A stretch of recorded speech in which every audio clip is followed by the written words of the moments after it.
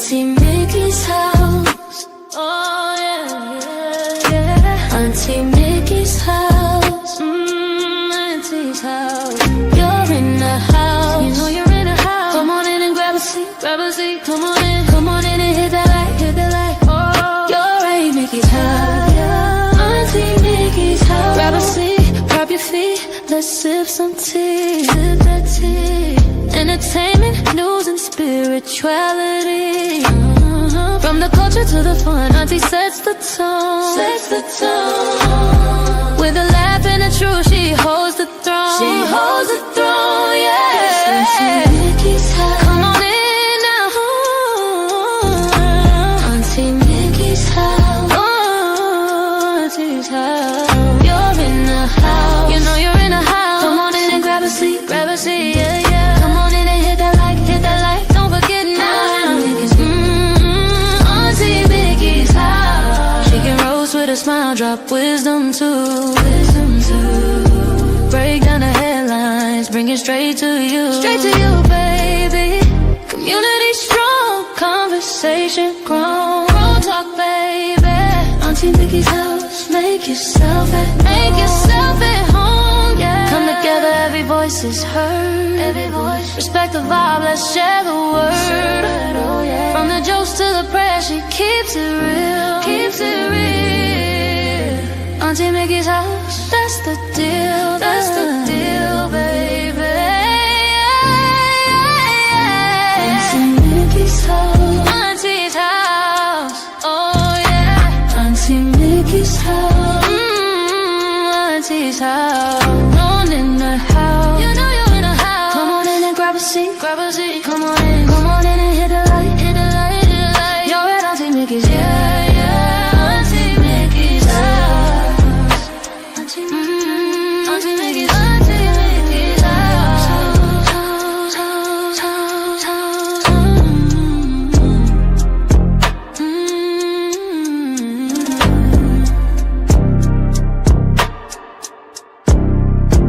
Auntie Mickey's house.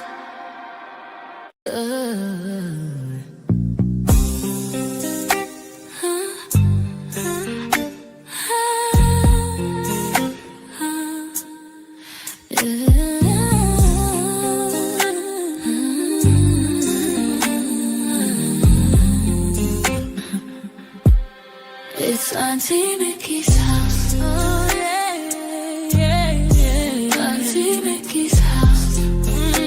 Auntie's house. You're in her house. You know you're in her house. Come on in and grab a seat. Come on in and hit that light. Oh, you're at Auntie Mickey's. Yeah, yeah, yeah.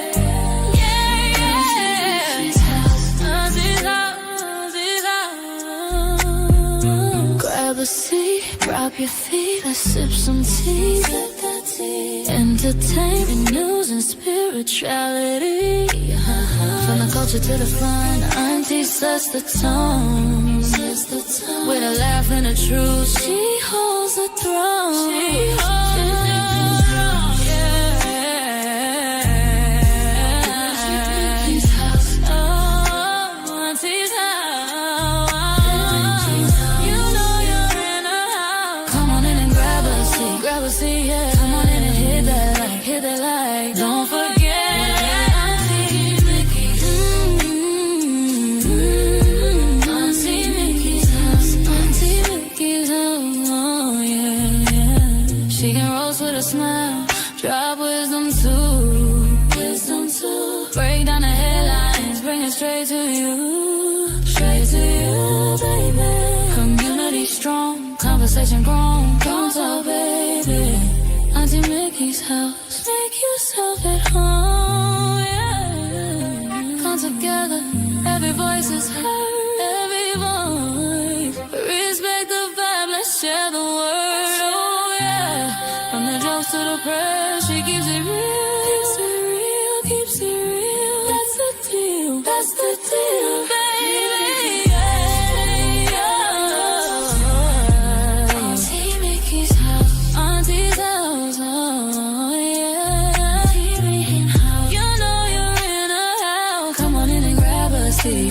see, come on in and hit the light. Oh, you're right, Auntie Mickey's. Yeah. Auntie Mickey's house, Auntie Mickey's house, Auntie Mickey's house. Oh.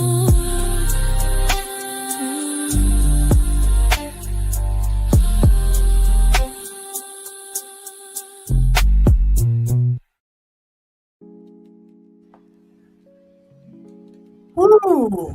Okay. Happy Tuesday. I think it's Tuesday. Yeah, it's Tuesday. How y'all doing? Oh my goodness. Happy Tuesday. So good to see everybody in the house. Hello, Mr. Phillips. I see you, Camille. Hi, Doodle Bird. Hi, Satin Dog. Some of you may see that you are now in blue. I hope you enjoy the color because we needed some more mods up in here. Hey, Urban. How you doing, sweetheart? Discerning 8. Hello, Sugar. How are you? So good to see you. Good to see you. And there, of course, there's my baby up there at the top. How you doing, Sugar? Well. I hope you guys saw that thumbnail. Because apparently we've got another arrest, but they're arresting for the other side. They're protecting the other side. We know who the other side is. The people who generally throw the rock and hide their hand and then claim to be victims. As far as I'm going to go with that one. Man, oh man, this is getting exhausting, but we got to continue to keep this out there because that's what they want. They want us to get tired and go away. That's exactly what they want. Put a 1 in the chat if you can hear me. Let me make sure y'all can hear me because yesterday, boy, I tell you, I was struggle streaming and I must have went about 10 minutes and wasn't even in the studio. Nobody could hear me. That was embarrassing. So help our sister out. Oh, in the meantime, and in between time, I found something out today that I had no idea existed. Apparently, back in 2022, a bill was signed federally, and it was called the Anti-Lynching Bill. Okay? I had no idea such a bill existed this late in the game. Okay, good. I see a lot of ones in the chat, so that means y'all can hear me. Okay? Now, it's going to be hard for me to follow the chat and talk at the same time. Your laptop is acting up, Mr. Phillips? I apologize. I'm sorry. Mine is too, if that's of any consolation. This thing be tripping. But yeah, I found out that there is legislation out there that was just passed federally in 2022. This is just 4 years ago. I had no idea that would be that late in the game to sign anti-lynching. Shouldn't that have been done a long time ago? But nevertheless, Mississippi still has not yet signed that anti-lynching bill. Go figure. Go figure. What y'all waiting on? And then you wonder why everybody's looking at y'all sideways. You can't even pass anti-lynching? Something wrong with that picture. That's crazy. Miss Phillips says, yes, I can't get YouTube on it. You can't get YouTube on your laptop? Can you get it on your phone? Hi, Maureen. Man, oh man, oh man. I'm having a hard time trusting politics. Well, I've always mistrusted politicians. I ain't gonna lie. But I definitely don't trust anybody in an official capacity in Mississippi. Oh, okay, good, Mr. Phillips. Be on that phone. At least the phone ain't tripping. At least the phone ain't tripping. But yeah, it's crazy. It's crazy that this piece of legislation is still sitting there waiting for signatures in Mississippi. And here we are with this situation.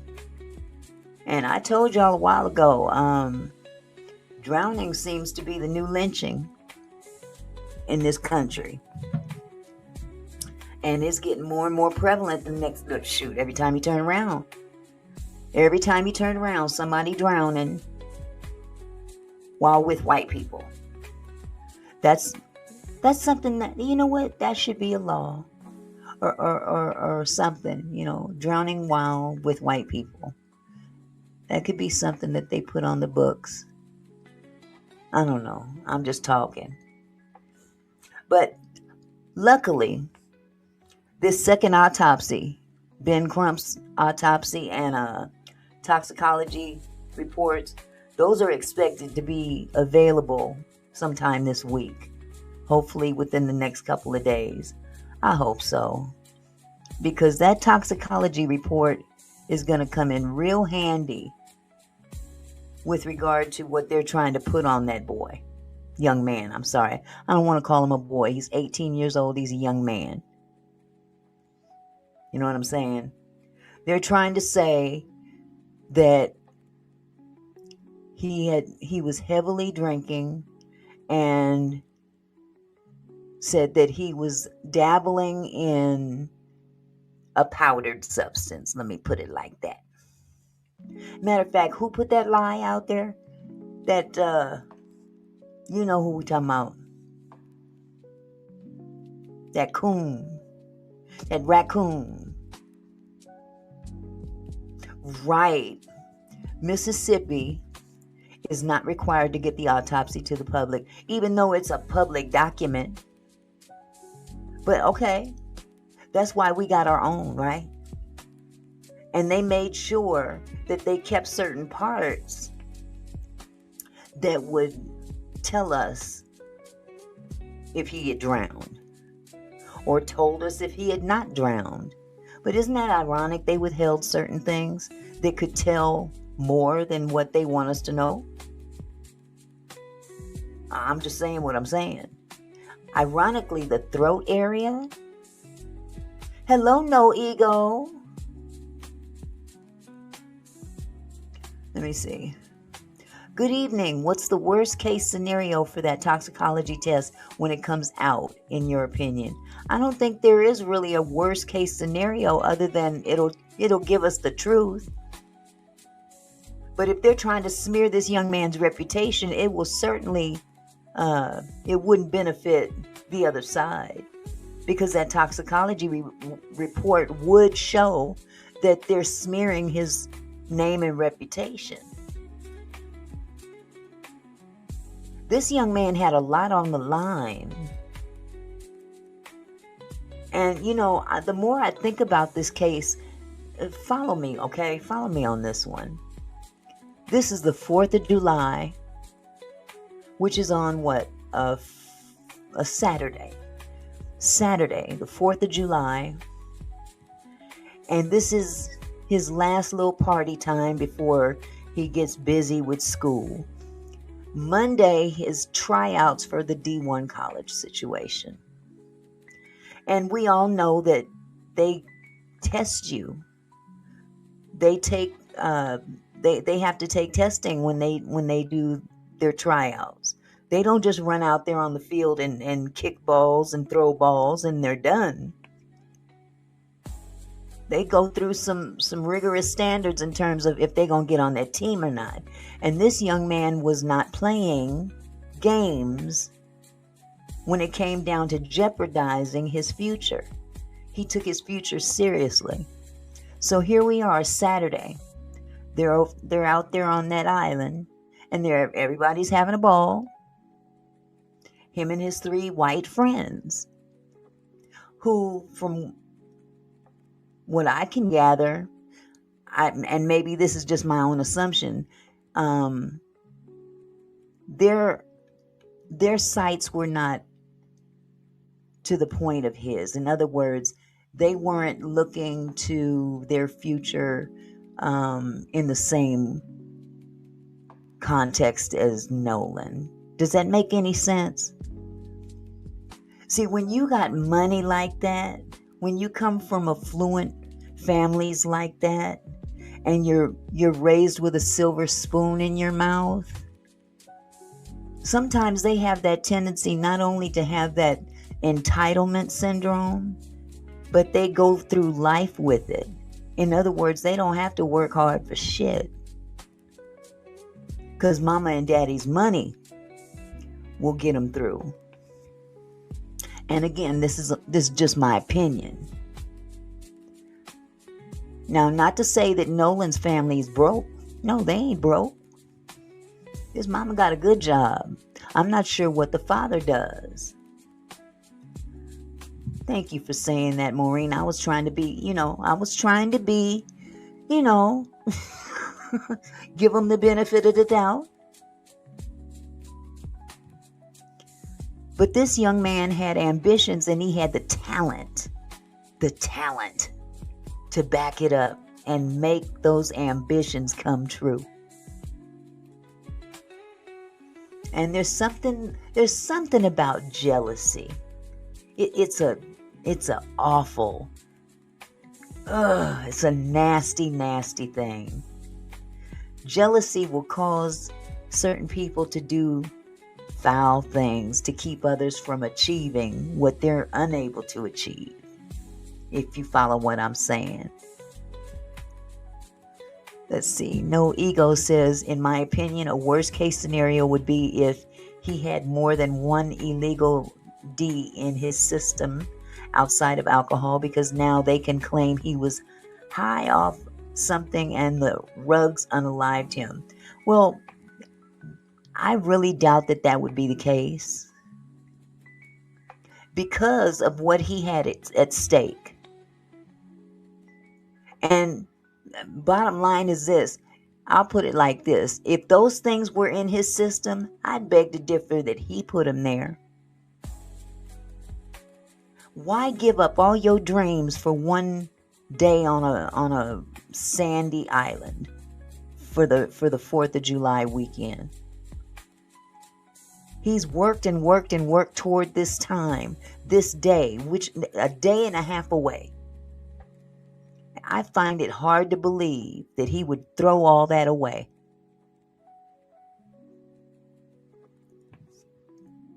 Satin says, wasn't it reported that he would be starting his training on the following Monday? So all I can see was a healthy start. That's exactly what I'm saying. It's Saturday. They're having a good time out there on that island. They're having a good time out there on that island. And the fact that heavy drinking was put on the paperwork, first of all, where did they get their information from? It had to have been told to them because he had not yet been tested. So someone told them that information and they put that there on that paperwork. No toxicology report had been done yet. No autopsy had been done yet. The findings have not been revealed yet to anybody. Now the state, they have theirs, but they're holding it tight to their breast. They're holding it tight, but it's not public.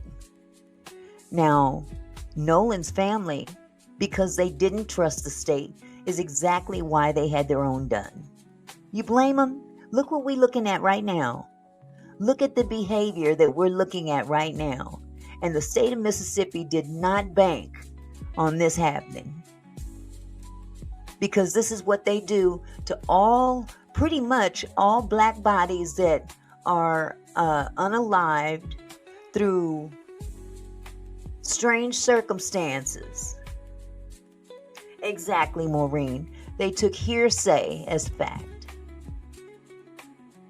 Now, if that young man's toxicology report comes back and says that he didn't have any you-know-what's in his system, they're going to have to change that.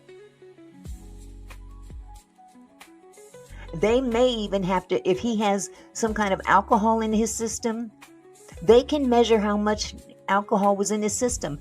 The paperwork said he had heavy alcohol, heavy. In other words, he'd have to be sloppy, falling down drunk.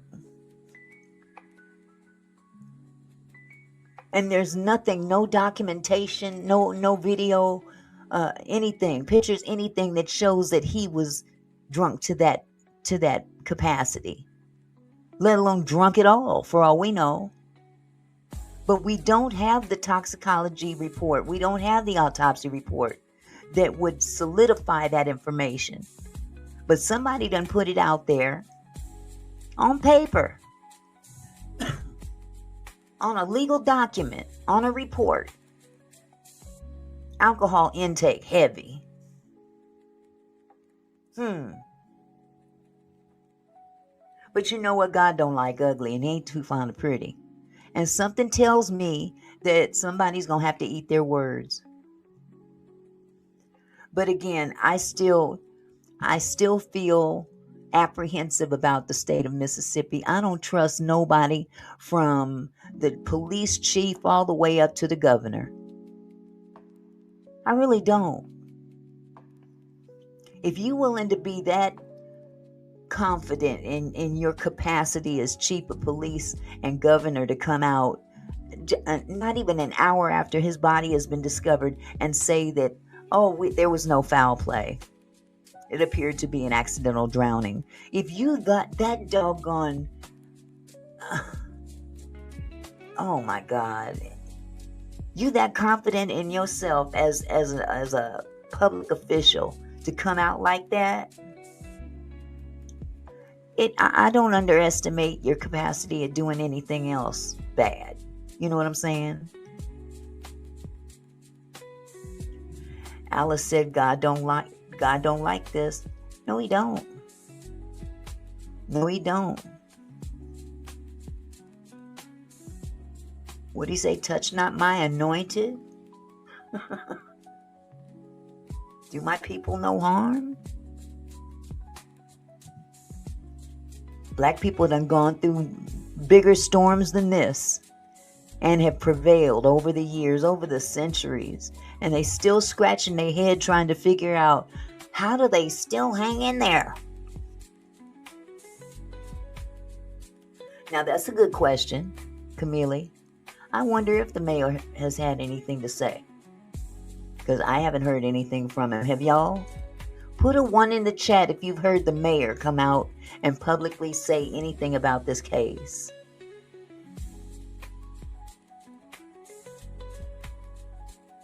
See, my take on politics and politicians is I don't trust nan one of them. Not nan one of them. Because you got to get your hands dirty to get into politics and succeed. The clean ones don't last.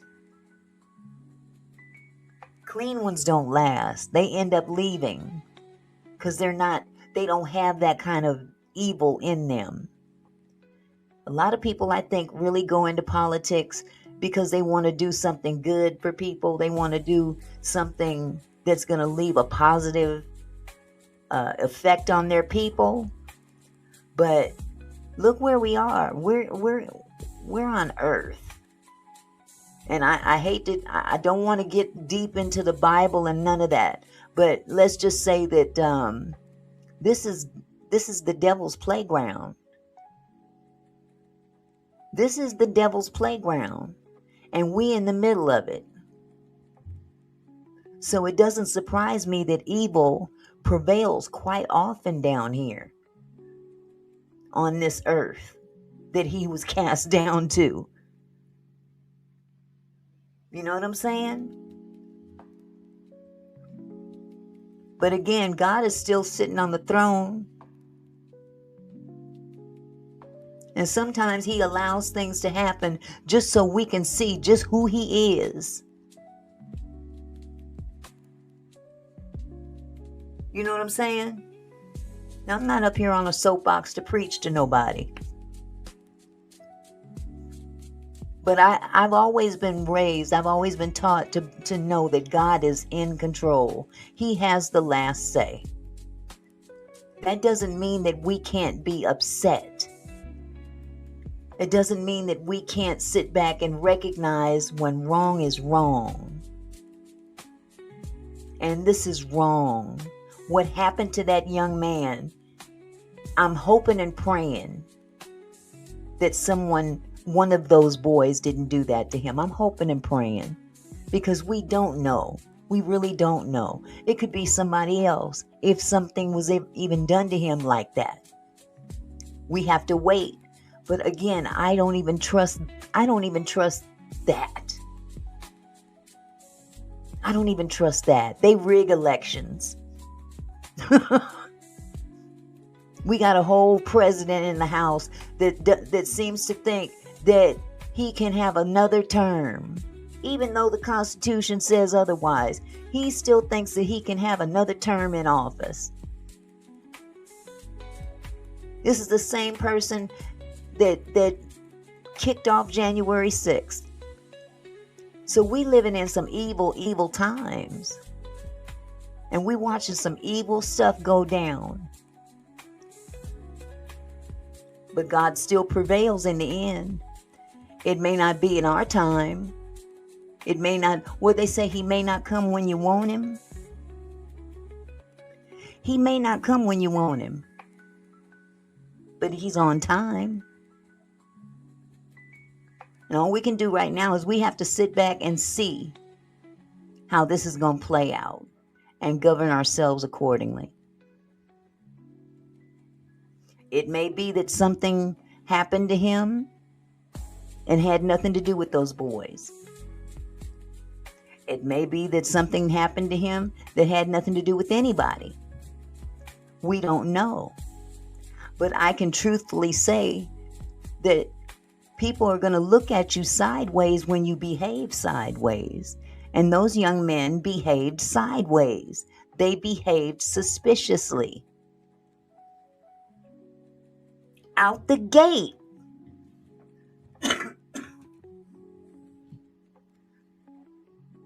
And I've seen so many different videos. I've seen Tisa Tells. I've seen Willie Live.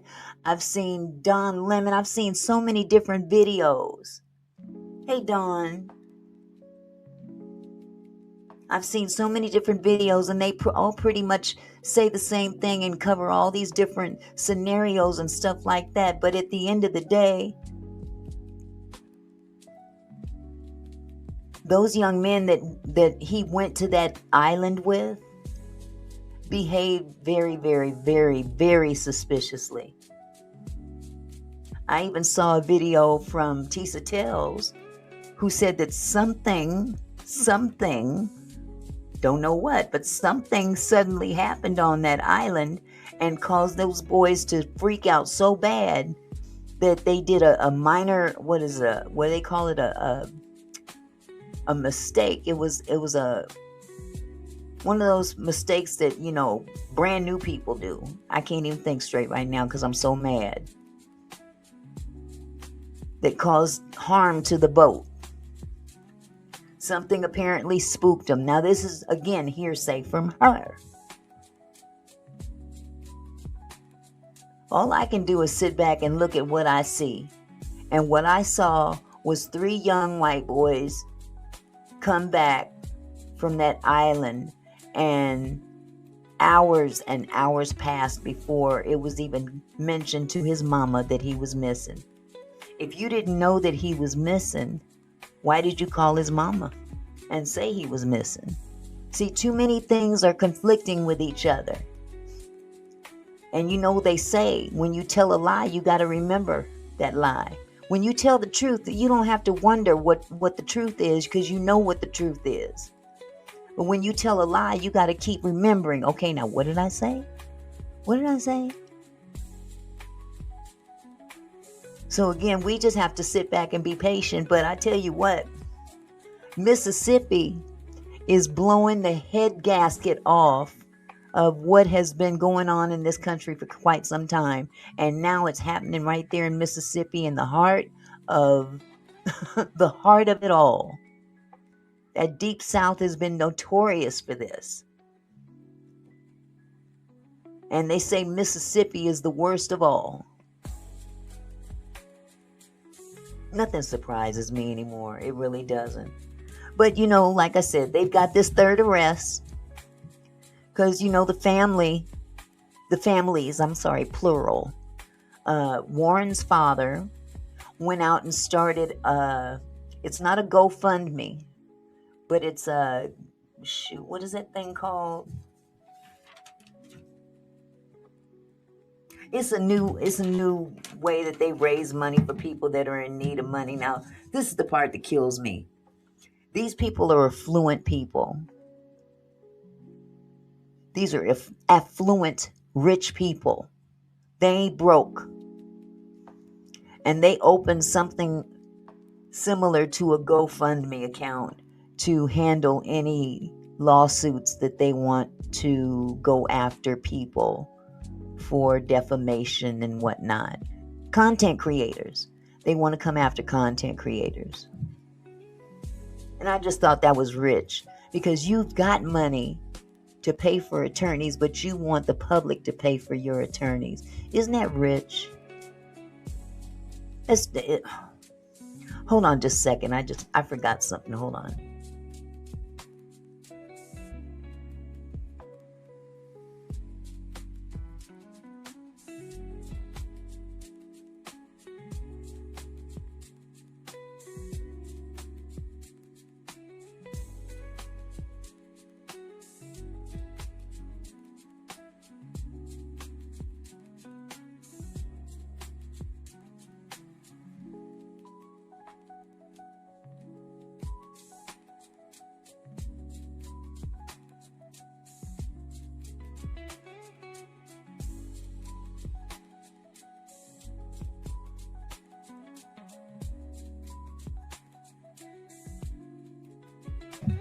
Okay, y'all. Sorry about that.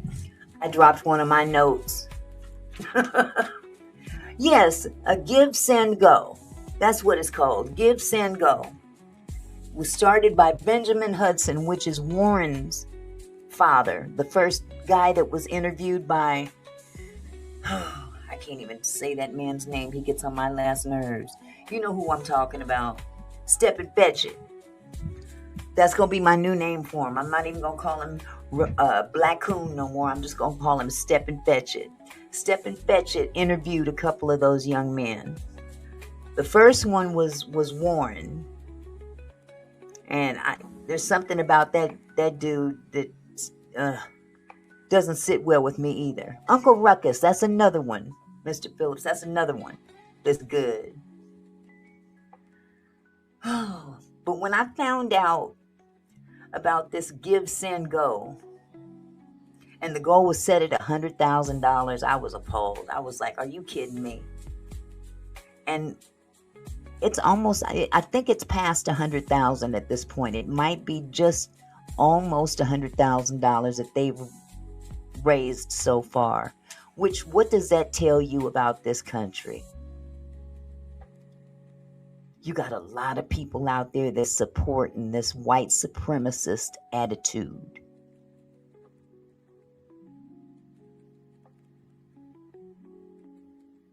Okay, Barbara, I'll look at it when I'm done, honey. So they're basically raising that money to sue people, to go after content creators. And it's just, it's appalling to me, because these people already have money. So they want people to give them money or contribute money that they themselves already have, by the way. And then the recipients then sue and maybe even win on a couple of people, a couple of lawsuits.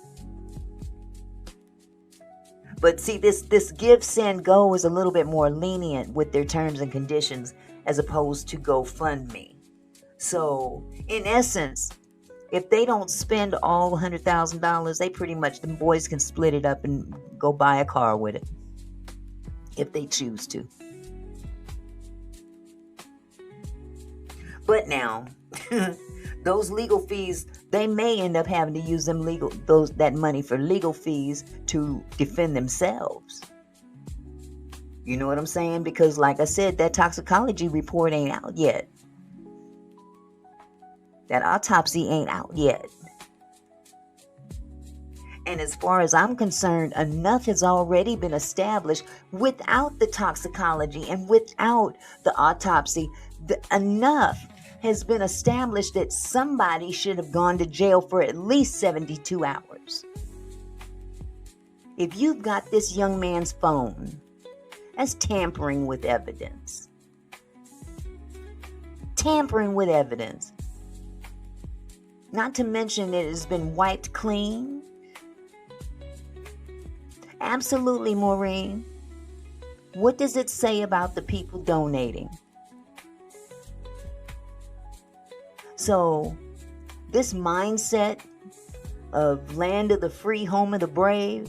First of all, let's be real about the Constitution. The Constitution was never written for us.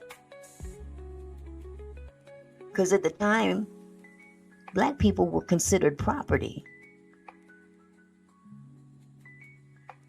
Thank you, Barbara. Thank you so much.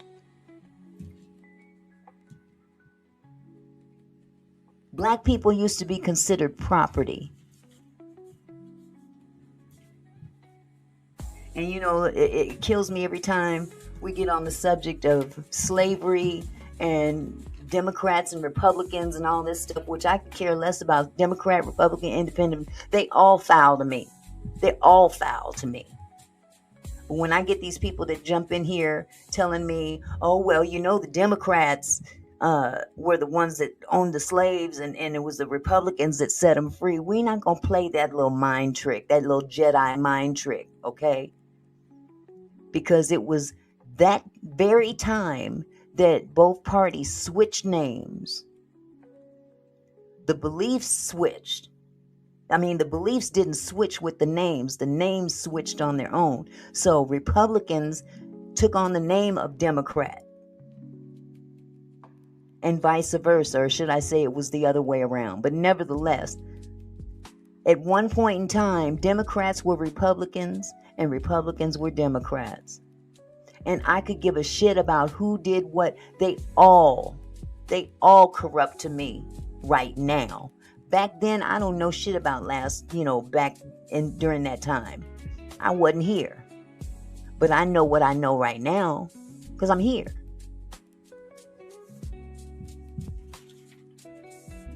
It infuriates me. It really infuriates me. That they can raise this money and pretty much have themselves a nice little pocket change, so to speak. But see, they got to defend themselves too. If they sue somebody, someone can come back and countersue. I don't know if they want that smoke. I don't know if they want that. But anyway, let me get off of that subject. Let me go to the third arrest. We've got a third arrest out here. Remember, they said that they were going to start having people arrested for, attacking, people, victims. Hold on, Barbara. Barbara said, did you hear the district attorney is running for governor, so she has to do what those people want her to do, and that is to cover it completely up? I don't know that to be true, sweetheart. I don't know. I'm not going to speak on it because I don't know. But now this I do know. Discerning Ace says, my family who live in Mississippi said the KKK is very active there. Yes, they have several factions of it, several groups. And that comes from people that live down there. I mean, people that I know that live down there have told me that they're down there. You know what I'm saying? So it doesn't surprise me one bit. Who is that? Hey, Lennis. How you doing, sugar? That's my friend, Lennis. The essence of success. How you doing, sugar? So yeah, getting back to the arrests. It's ironic that the arrests that have taken place have been people that have verbally threatened the boys or someone on the boys' team. But we got a whole mother and father on the other side of that table, so to speak. Hey, Lady Letitia, how you doing, sugar? We got a whole mother and father and 5 brothers on the other side of that table that are also victims, and they're also being dragged through the mud, and they're also receiving threats, but ain't nobody said boo. Ain't nobody said boo and got anybody out there to arrest anybody. Maureen said, it's clear there's a large percentage of people who still see black people as property, and in some cases even less valuable than property. Absolutely. Absolutely. Okay, so Robert Blake, tell me, you said the mom is making racist comments and dividing people. Tell me where she's saying those things at. Direct it to me. What link is that? Or is this your opinion? I'm curious. No shade. I just want to know if this is a fact, or is this your opinion? Because if it's a fact, I'm sure you would be able to prove that. She said, wait a minute. She said she tells her other kids. Where did she say this at?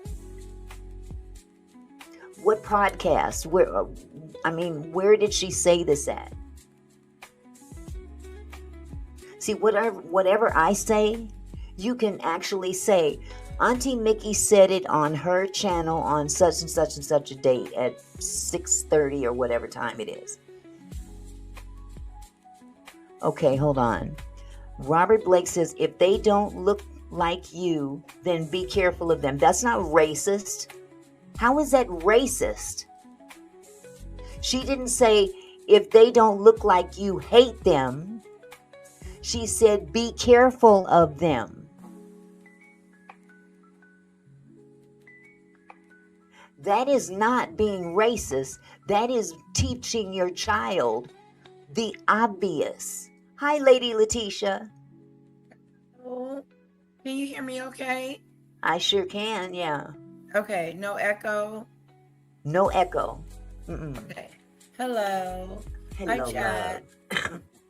Robert, she meant be careful around white people. She has every right to tell her children that. Have you seen what's been happening lately? Black people are dying if they're the only one in the group of more than 2 or 3 white people, and the black person comes back. That's reason to be cautious. That is not racist. That's smart. That's not racist. That's smart. Now, let me just put it like this. If you're a white person, let me give it to you in this context, sweetheart. And I'm not bashing you or anything like that, because you might take it to be racist, but let me give you some insight, okay? And you have the right to disagree, but let me give you this concept. If you're white and you go to a party with 3 or 4 brothers, chances are you're going to be safer with those 4 brothers than if it were the other way around. Because we're not hearing in the news 1 white boy and 4 black dudes go somewhere and the white boy don't come home. We're not hearing about that in the news. Yeah, we're not leaving nobody behind. And this is something that has been happening quite a bit lately. So it's natural to warn your children to be careful. It's not saying hate them. It says be careful. It's just like getting a job, okay? You get a job. Let me turn my camera on. I keep forgetting to turn my camera on because maybe you need to see me when I say this. It's just like if you get a job, okay? You get a job, and the first week that you start, someone tells you, be careful how you conduct yourself around here. Is that racist to say that? Yeah, white people are killed by white people as well. This ain't about black people killing black people and white killing white people. It's not about that. This is about this specific type of situation. Okay? The bottom line is this. There has been a tendency lately where the only black dude or black woman in the group of white people end up dead. Dead. Let me give you, and I don't know if this scenario is a good one or not, but I got married to my husband, and of course he's white, and his side of the family, of course, is white, and so we all went out. I think we went out, and then I went back to the room because I had enough. Was there, and some of his family members went out with my family. And my sister said that one of them wanted to stay behind at the club. And she said, hell no. We came together, we leave together. You leave together. I don't know, she said, I don't know. We don't know these people. You don't know these people. And we are all leaving together. Absolutely. Even if you wanted to stay, or we'll stay with you until you get ready to go. But that's just that's being safe. It's just like, okay, let's put it into this context. Let's just say that a guy, no race involved. Let's just take the race out of it. Same concept. We have 5 people on a Friday night after work. Okay, I don't disagree or agree with statistics, FBI statistics. I agree with life experience, Robert. Okay, so let me just say this. We've got a group of co-workers, and out of those co-workers, 4 of those co-workers are male. 4 of those workers are male, and 1 is female. What is the likelihood of that female not coming back safe? Just follow me. Just work with me. It's more likely that something would happen to her versus something would happen to the men. Now here's the thing. Men are perceived to be more protective, and women are perceived to be needing protection. Okay? Yes. So chances are, if they all went out together and it's just 1 female and 4 males, chances are that female is going to come back safe. Okay. And that's generally how it works when a group of black people have 1 white person in the crowd. That white person is safe amongst them black people. Let me tell you something. My sister said, hell no. Yeah, they're safe. That's for real. Now, let's flip the script on that, Robert. Let's say that there's a bunch of women. Well, let me see. How can I put this without...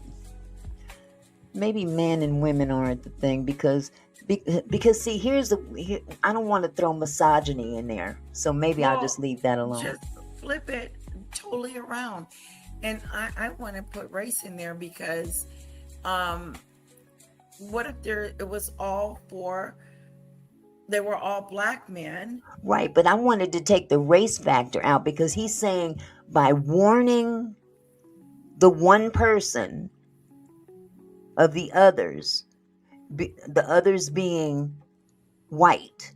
If there's 1 black person, being warned about their white friends, that's racist to warn them about their white friends. And that's not racist. That's careful. Oh, no. Okay? That's what No. careful looks like. It's Okay? just careful. When I go out the house, my husband, be careful, babe. Be careful. Be Right. careful. I'm going to see my mom. Be careful. Right. But in the same token, when we put race into the issue, historically, black people, when they have one white person in their group, they protect that white person. That's just how it is.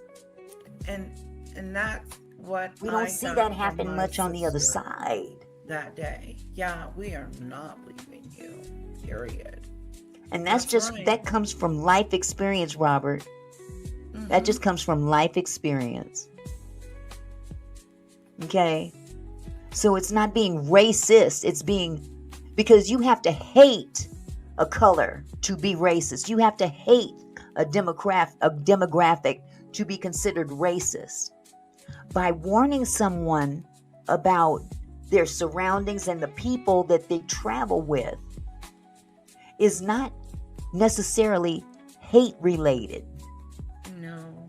And mom has, especially now, mom is teaching her kids to not trust a group of people based solely on the color of their skin. And isn't that ironic? Maybe she should have done that before her son was killed, being with those white boys. Maybe, just maybe, if she had done that sooner, he'd be alive. How about that? Yeah, because they trusted the wrong people. I can defend that. Because I've been in that situation, Robert. If you haven't noticed, you see what color I am? You see what shade I am? You see that? Do you hear my voice? Contrary, aren't they? Contrary as hell, isn't it? If you saw my grandparents, you would say, huh? My bloodline don't look like this. Okay. We don't know that. How dare you? So irresponsible. How dare I what? Speak my truth? How dare you rebuke me for speaking my truth in my house? What is he saying? I know exactly that. Because I'm speaking my truth and the truth that I've been raised and experienced around me for the last 64 years. You can't tell me what to believe if you haven't walked in my shoes or the shoes of my family. I'm not saying he was killed. You're talking about semantics now. Two different things. Let's just say he was killed. Your argument is still saying that it's racist to warn your children to be careful of being around people that are not of the same color of them based on what history has been proven lately. Are you not gonna warn your kids not to walk down the street at 1 o'clock in the morning alone? And you don't need no investigation to know the answer to that. You don't let your children out the house, your young children out the house, to go to the corner store unattended. You tell them to be careful, right? Because you don't know what's going to happen to them, right? No, it's not a different argument. No, you cannot tell me until you walk in their shoes or in the shoes of a black person that has been in that particular situation. You have no grounds to say that that's racist. Right. None whatsoever. Exactly. But we can agree to disagree. You have a wonderful day, and you're free to stay here as long as you're respectful, sweetheart. I don't have a problem with you being here. But we will agree to disagree. I'm not going to even ask you what color you are, because at this point it doesn't matter to me. At this point, doesn't matter to me. I'm going to warn my black grandchildren to be mindful of the people that they hang around. Period. But if they happen to be white, I will especially warn them based because on of this situation right what is here. going on And right there now. is a lot of parents that are concerned, that are worried, that are being mindful, that are changing the rules because of this situation right here. And can I Especially add one because, thing? Go ahead. like, in the neighborhood that I live in, I know that these groups of, there's not a lot of minorities, but Correct. but and you see it a lot. You see black boys hanging around white boys all day long, 24/7. And this is just my point I want to make, is that you can't tell me parents are not freaking out, Yeah. because I would. Well, you know what? See, it's more to it than the color issue. And maybe I should have put this in the very beginning. And that's my problem. That's my bad. Well, Okay. this point is different from yours, but But no, I know I'm what you're saying saying. what I'm about to say. Maybe I should have said this in the very beginning. A lot of it has to do with them, money as well. Being affluent. See, some families that have that old money, that passed on through generation to generation, have that old money, and they're accustomed to being in a certain tax bracket, if you know what I'm saying. Sometimes that has caused them to have certain privileges that people in a different demographic and economic standing have. So maybe I should have put that in there as well. Because again, if you think you can pay your way out of it, what you think gonna happen? I'm just saying. I've seen it happen. And the same situation applies to this situation, because these families are, one parent is a judge. Power right there. Power. Not to mention the money, but the power. The other parents, one's a doctor, working for the same hospital that the victim's mother works at. Then we've got another parent who's an attorney. They're financially stable, well off, and white. And that's why Those we are have to be a those are voice big for Nolan. pluses in today's society. But then you put a black person in there that may not have as much money or have as much affluence, but that young black kid may have athletic ability that compares to no one else in the group. They can't touch him. They can't touch him. And I'm not saying that's the case with him. I'm just saying, when it looks like a duck, walks like a duck, sometimes it quacks. Okay? I'm just saying, sometimes things that you see can be exactly what you see. But you're right. We have to wait for the autopsy and the toxicology screens to come out before we can even make a decision on anything more. But to put that woman down after she's lost her child. And this is not the first situation similar to hers where one in the group was a different color than the others, and that one didn't come back. There's another situation where a young lady was at some kind of slumber party or something with a bunch of white women, and guess who ended up dead? You want to take a wild guess? Odin said, and you know what, Odin, I commend you for that. White people to say it, but they say it in private, not openly. And you know what? That's fine. Every family needs to do what they need to do to protect the safety of their children. Point blank, period. And if that's what you feel you have to do, then dadgummit, do it. It's not racist. I am for my little one. It's not racist to want to protect your children in certain circumstances beyond your control. And sometimes you may not be the racist one in the bunch, but you can't control the people that your kids are hanging around, or their families for that matter. That's why you have to be careful who you let your kids hang out with, because you just don't know. Of course, yeah. This ain't about being racist. This is about being careful. She's never spending a night over no one's house. I'm telling you. They can come over here.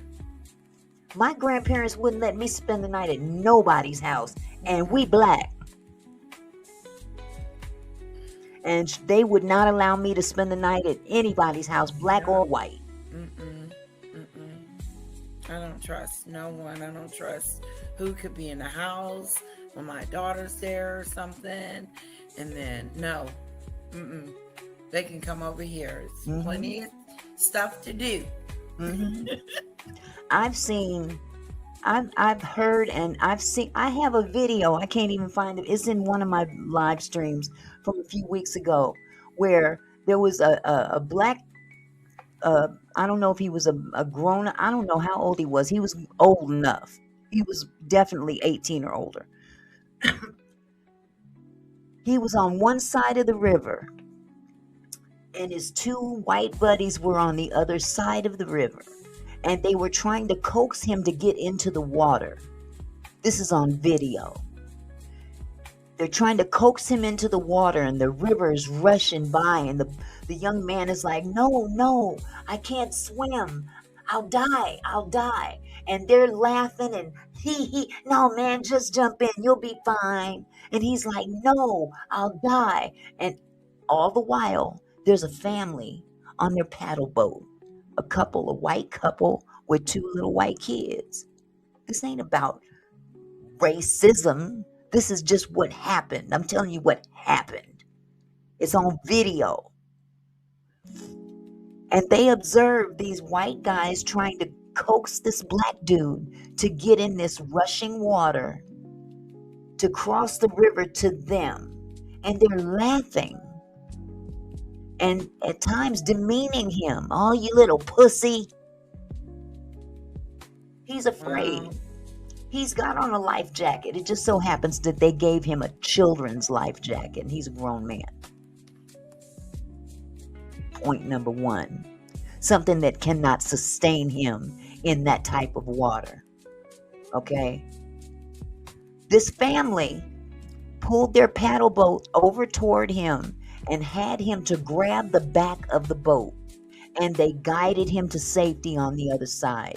As they did that, the two friends on the other side were cursing at him. They got very, very angry.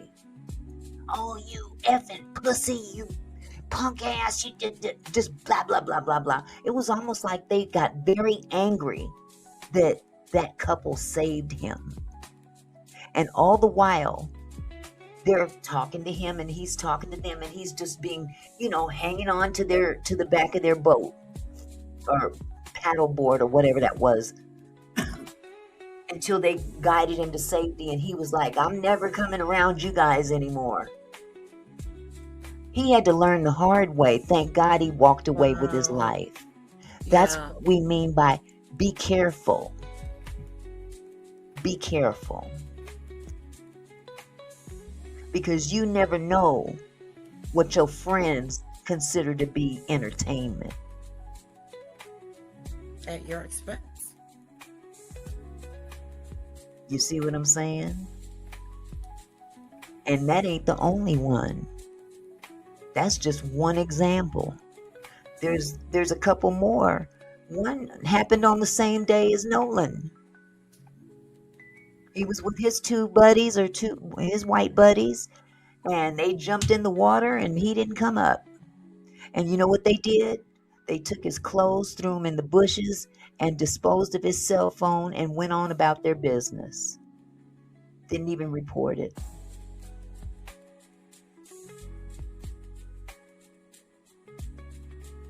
It's not the only one. It's happening more often than we know. There's one other one, I can't even remember his name. What happened? Hell, I can't remember. I mean, there's Trey Reed. He wasn't swimming, but he was going to school in Mississippi, and one morning they found his unalived body right there on the campus. And what did they do? They just brushed it off like, oh, it's no big deal. Hold on just a second. Odin said, do you remember the death about a week ago of a black guy went to a white foster home who went to a lake with two white guys and they pretended to be friends and they stabbed him and drowned? No, you gotta be kidding me. Where did that happen, Odin? I'll look that up. I want to read about that.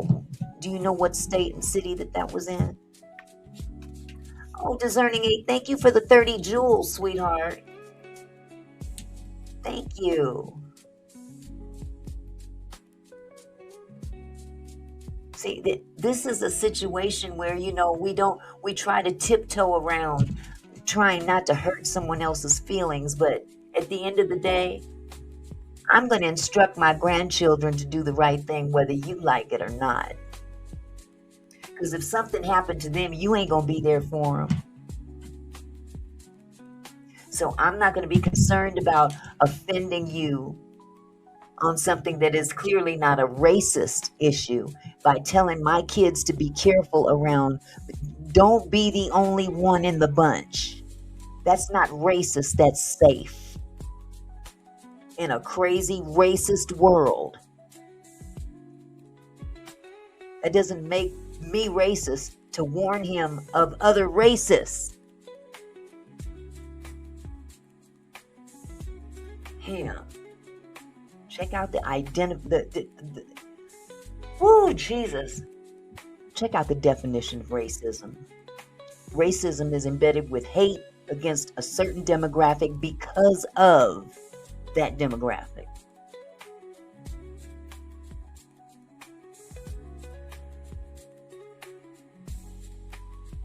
Thank you, Odin. I appreciate it. So just to finish up with this third arrest. The third arrest that was done was they haven't revealed where this person lives. The person's name is Edward James Porter, 40 years old.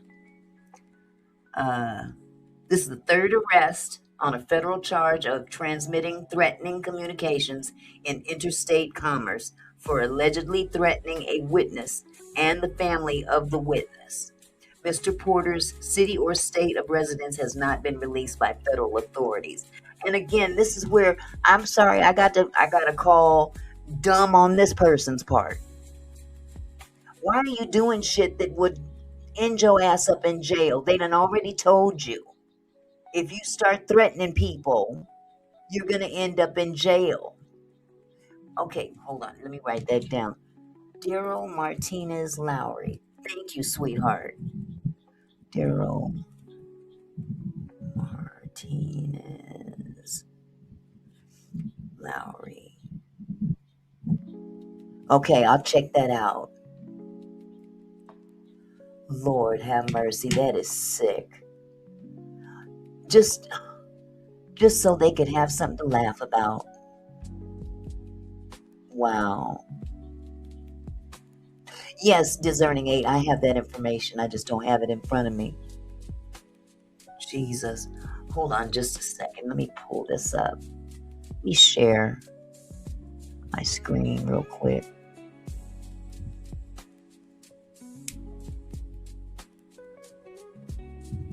This is from people.com. It says third arrest made in Nolan Wells case as man allegedly threatened to kill, or unalive, I'm sorry, 2 witnesses. And again, I have to say on his, dumb dude, you just dumb. You dumb. A third person has been arrested for allegedly threatening witnesses in the investigation of Nolan Wells' death. Wells was found dead 2 days after going to Horn Island, Mississippi on July 4th to celebrate with his friends. The case has drawn national attention and heightened racial tensions as Wells was the only black person in his group. A third person has been arrested for allegedly threatening witness. Okay, it said all that. Wells disappeared on Horn Island in Mississippi after celebrating blah, blah, blah, blah, and was found dead on the northwest end of the island on July 6th.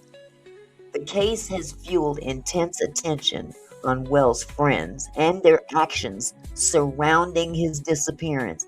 That's the key with me right there.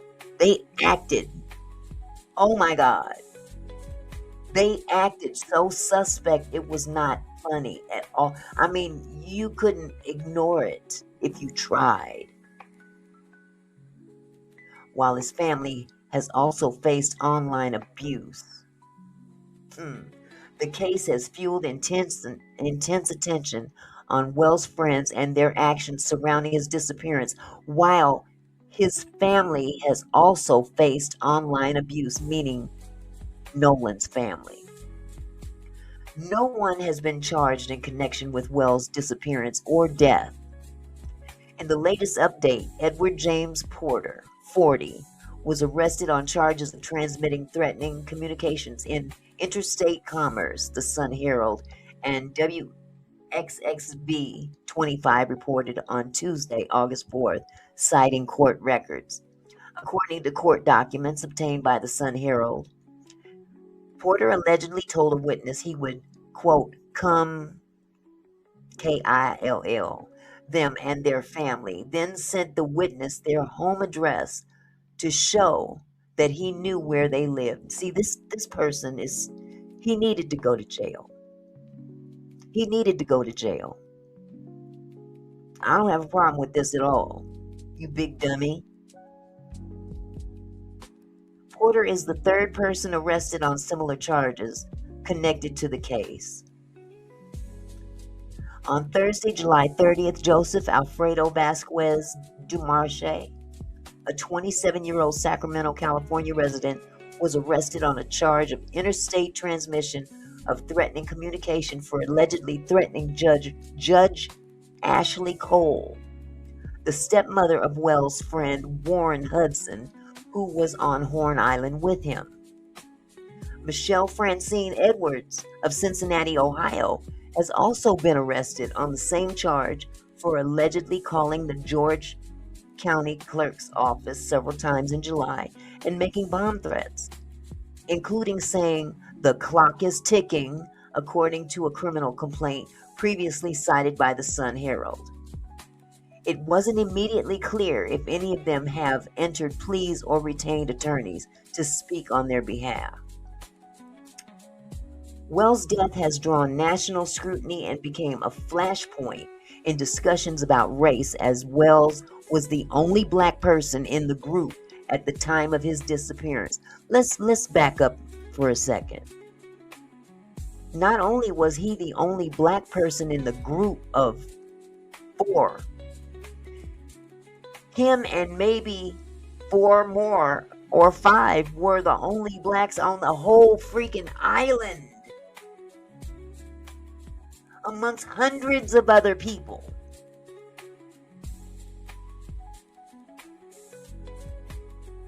Wells' family grew concerned after learning that he had left his phone with friends and remained on the island while the rest of the group departed by boat. Hudson previously said the phone was later returned to them. This is where I have a problem with this, because some of these news reports are biased. First of all, it has not been established, however, wait a minute, let me back up. It has been said that he said, I'm going to hang behind here at this island. But there's information coming from another source that says no, he was supposed to be getting on the boat with the friends.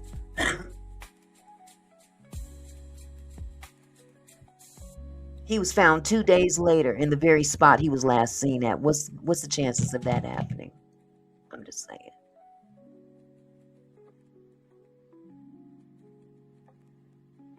It's like something placed him there. It's like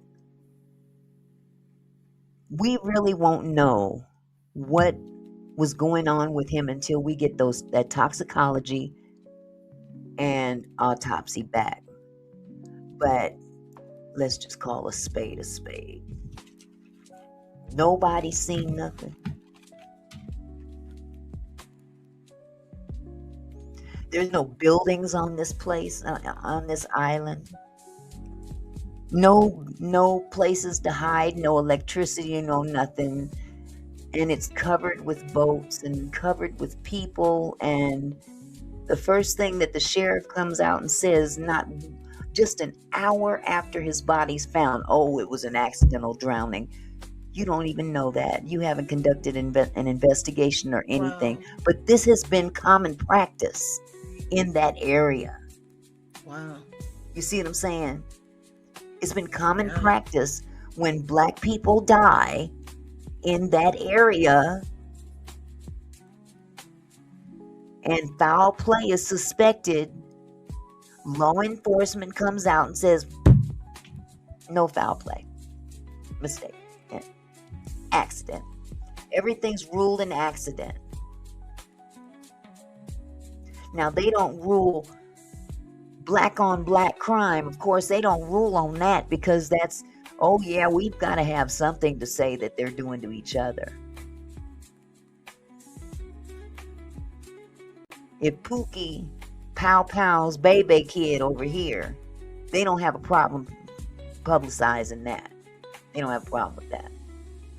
But when it looks like something potentially racially motivated, they tend to use oh, it was an accident. They tried to say that, what's his name? The one I just mentioned was in college in Mississippi, and they found him hanging, and they said that he unalived himself. Yeah. That's the other go-to. That's the other go-to. They unalived themselves. They're hanging from a tree, but they did it to themselves.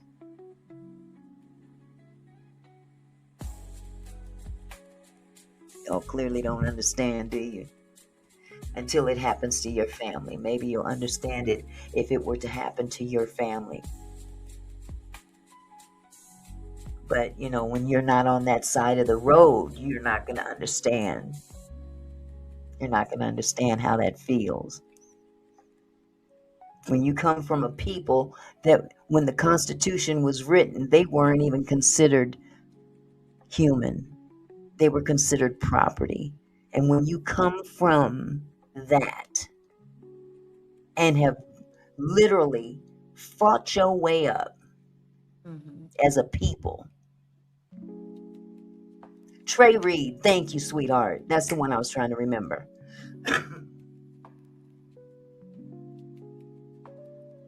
Hold on. You said Trey Reed did commit. Ben Crump won't release the secondary autopsy and has abandoned the family. Look it up, lady. I will look it up, but I haven't heard that. I haven't either. Let me see if I can find that. Let me see if I can find that. What happened to the Trey? Is it Trey Reed? Yeah, T-R-E. Case.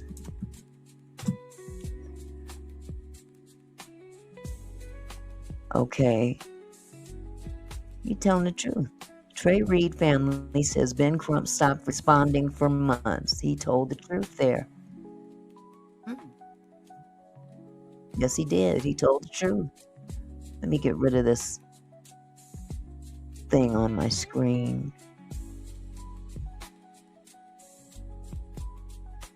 Sometimes I hate when Windows does that. They blow the whole screen up. Yeah. Okay. Let me exit that. Okay. What happened? It just disappeared.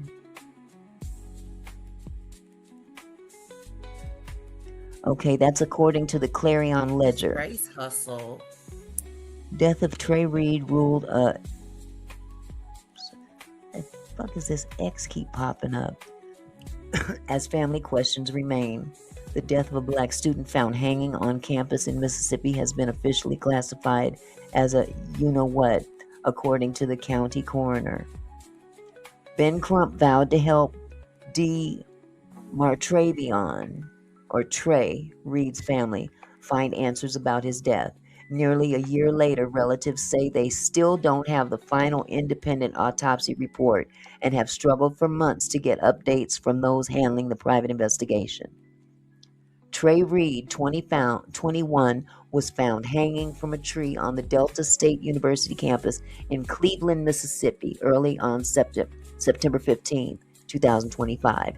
Days later, the Mississippi State Medical Examiner announced his cause of death was hanging and the manner of death was self-unaliving, with no foul play suspected. So that was their initial thing, right? Yeah. At the time, his family said they didn't believe it. They hired civil rights attorney Crump for a private investigation. He's been highly visible in other Mississippi cases. He's representing the family of Nolan Wells, a Gulf Coast teen who was reported missing and died after a July 4th boat trip to Horn Island. Crump is also part of the legal team for the family of 1-year-old Cohen Wiley, who Senatobia police shot on Sunday, June 14th. Trey's family deserves answers they can trust. I agree. I agree. Thank you for pointing that out to me, sweetheart. Thank you so much. Now, we won't say necessarily that that's a race hustle. They just don't have the answers yet, because that could still be the case. But I feel what you're saying. But I would be pissed off if I were the family too. I would too. I would feel pissed off because my situation is just as important as anybody else's, especially if I came first. But that does not discount the original sin, so to speak. Right, and you've already received your autopsy report for Nolan. Right, he shouldn't have done that. I mean, if nothing else, pass it off to someone else who's got the time to take care of it. Right. But don't just have them people hanging like that. Yeah, and that's if you not run cool. out of money, raise more. Yeah. Raise money on the calls. It says, we cannot accept rushed conclusions when the stakes are this high. By demanding the family be allowed to view any video and commissioning an independent autopsy, we are taking every step to uncover the truth about what happened to Trey. Every student deserves to feel safe where they live and learn. That is why it is so important to get to the bottom of this tragedy, Crump said September 17th. Okay, that was on the 17th, Crump. Come on now. He should have, if you couldn't handle the caseload, you should have passed it to someone who can. Yeah, and we can't say. Because I'm not going to say, oh, well, they were wrong because he dropped the ball. Right. We don't know. We still do not know. Yeah. So, okay, the screen just went. again. But I appreciate you pointing that out, sweetheart. Yeah, he needs to let them know. I appreciate it. Immediately. Okay. We're going to move on. Okay, so I think, I got through. See, Wells family members who are represented by civil rights lawyer Ben Crump has garnered support from prominent figures, including Tyler Perry, former NFL quarterback Colin Kaepernick, and the Reverend Al Sharpton. As witnesses in the case allegedly face threats, Crump recently told News Nation that Wells' mother, a nurse, has also been subjected to online abuse. And ain't nobody running to her side to help. Christine has been a nurse for years and she hasn't ever gotten negative reviews, he told News Nation, adding that sick people have been going on her company's website giving her negative reviews since she began demanding answers about Wells. They are just sick, evil people who would attack this mother and his father for simply saying, "We want to know what happened to our child."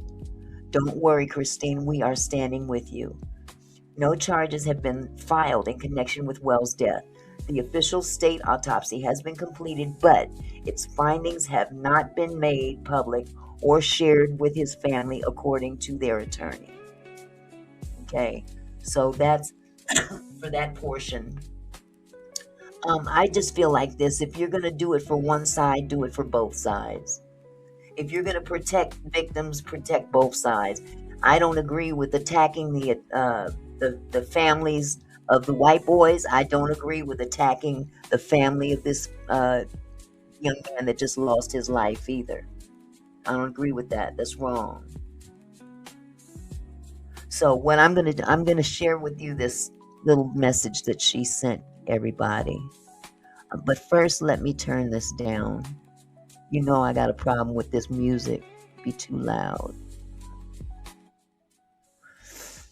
Okay, hold on just a second.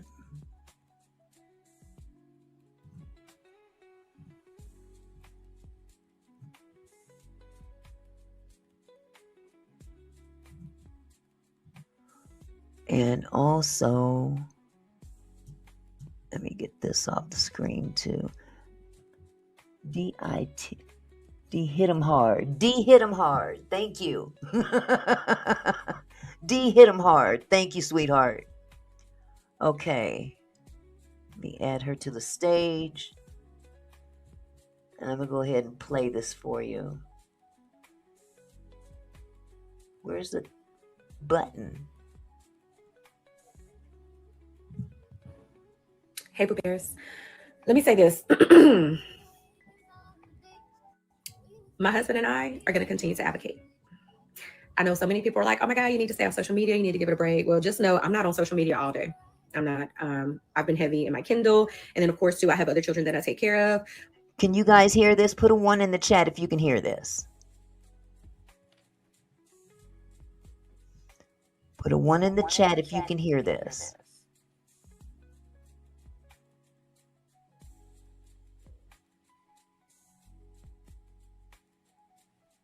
Were you able to hear it, Lady Letitia? Yes. Okay. I'm hearing an echo. Do you have your mic on? I did. Oh, okay. Test. Okay. Let me see if I'm going to start this over so you guys can hear it again. Hey, Pooh Bears. Let me say this. My husband and I are going to continue to advocate. I know so many people are like, oh my God, you need to stay off social media. You need to give it a break. Well, just know I'm not on social media all day. I'm not. I've been heavy in my Kindle. And then, of course, too, I have other children that I take care of.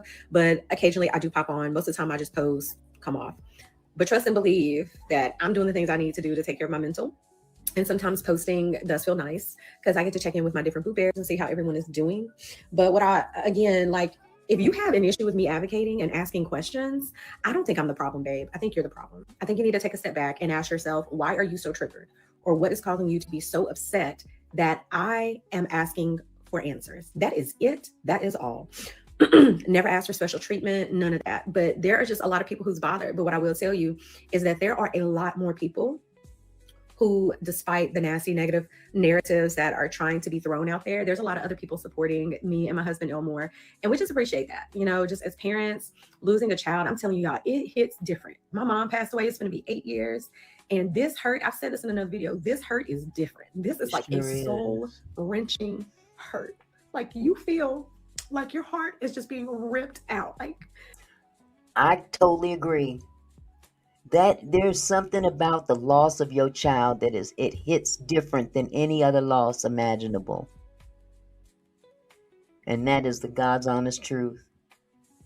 You expect to outlive your parents. That's kind of common. But you don't expect to lose your child. You really don't. And it never feels different. I mean, you never completely get over it. They say time heals all wounds. Doesn't heal them. It numbs it a little bit, but it doesn't heal it completely. And that's the truth.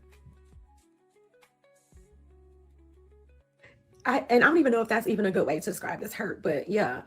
But I just want to say thank you guys. Like, I'm telling y'all, like, thank you so much. Thank you to all the content creators who are using their podcasts, their platforms, all those things to make sure that Nolan's story is going. Like, I appreciate y'all. And I know I say thank you all the time, but even when I'm broken, like, I still need to give thanks, whether it's thanking the Lord for another day, thanking him for the time we had with Nolan, or just simply saying thank you to you guys for just loving on me and my family and your prayers. And I appreciate it. I'm sorry I can't get back to everybody because it is overwhelming, but just know I appreciate you and I love you. And I'm going to go clean up and get my life together. Have a great Sunday, guys. Oh, God bless her. My prayers are with her because I know how she feels now.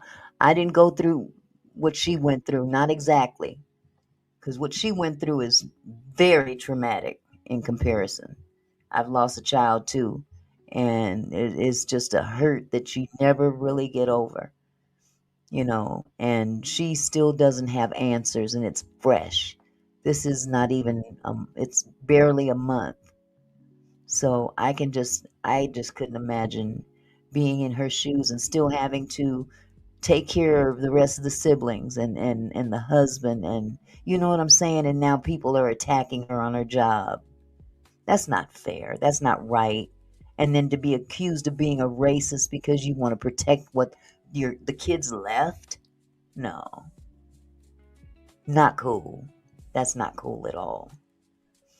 But, people believe what they want to believe until you wearing them shoes,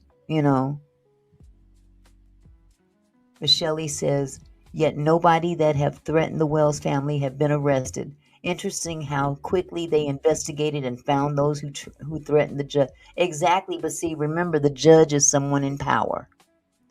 They are somebody in the the judicial system. They're going to get preferential treatment in this particular type of situation. That's what happens when you got a little bit of money and power. They protect them first. That's how it feels. That's what it seems like. So anyway, I'm gonna move on to the last segment. I wanted to end this last segment on a little bit lighter note. Okay. Oh, and just as a side note, I thought I'd throw this in there because I just found this out, but I don't have any more information on it. But apparently, there's a TikToker out there by the name of J Megan, and this young lady is literally, she's going hard in the paint for this case. And according to J Megan, she alleges not only is there a fourth boat, but also a lie in their timeline and a political connection, who is a former governor of Mississippi and a connection to Turning Point USA. This thing is getting really crazy, you guys. So, just stay tuned. I'm sure there'll be more to that story. But that's the latest with regard to that situation. But I wanted to end this live on a little bit more of a comical note, even though this is not a comical subject. Sometimes we have to laugh through the pain, if you know what I'm saying. Don Lemon this morning had a guest on there who happens to be a friend of the family, of the Wells family. And I didn't get to see the whole video, but I saw enough. So he did another video this afternoon, and this time it was based on that first interview. He had a guest on there, like I said, and he did another interview, or not interview. He did an interview, but he did another live stream based on that first one, sharing what happened on that first one. And I'm sure you guys will get a taste of what everybody witnessed on this morning's live stream. But this time he had on his panel comedian Godfrey. Put a 1 in the chat if you guys know who Godfrey is. He's one of my most favorite comedians. He is hilarious.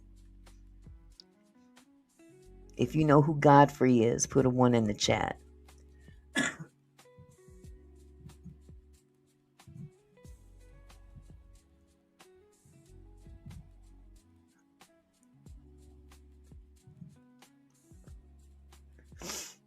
Okay.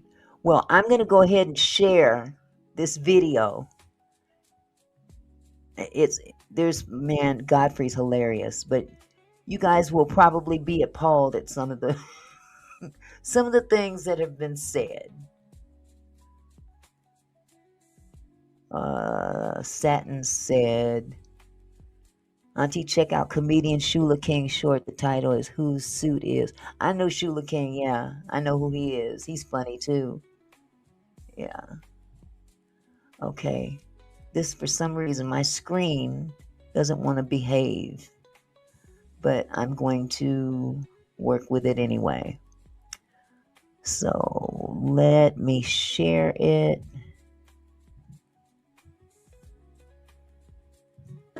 Evening, everybody. Welcome to Lemon Live at 5. Boy. Did you see that interview this morning? Wow. Oh my gosh, look at that, right? Meme. Yeah. So, yeah. Anyways, hit the like and the thumbs up, please, because it does affect the algorithm. More people become aware. This guy had the chat on Don Lemon's show this morning on fire. Some of the things that this guy said you could not believe. And this is a resident of Mississippi. And it just it was indicative of the mindset. You know, how some things can be so conditioned and it's so baked in that it may appear to be normal to that person, but standing on the outside, you can clearly see this is not normal. That type of behavior or tolerance of the racism is not, it's not tolerated. So let me see. I don't know if he's going to even show any of that, but I'm going to show you his afternoon show. Of our conversation on our channel. I was listening to it today with one of my guests. I have a guest that was in studio today. You're going to hear from, we're going to drop that a little bit later on, but even he was surprised by it. So let me know where you are streaming from. Welcome to Lemon Live at 5 o'clock Eastern time here on the East Coast. And boy, do we have a lot to talk about. I mean, crazy. I don't even know how you would describe that, because people were saying the sunken place and not many people know what this, y'all know what the sunken place is. Like I was trying to tell him like he's too close to it or whatever. Look, the guy's not here. I don't want to, he can't defend himself, but it was,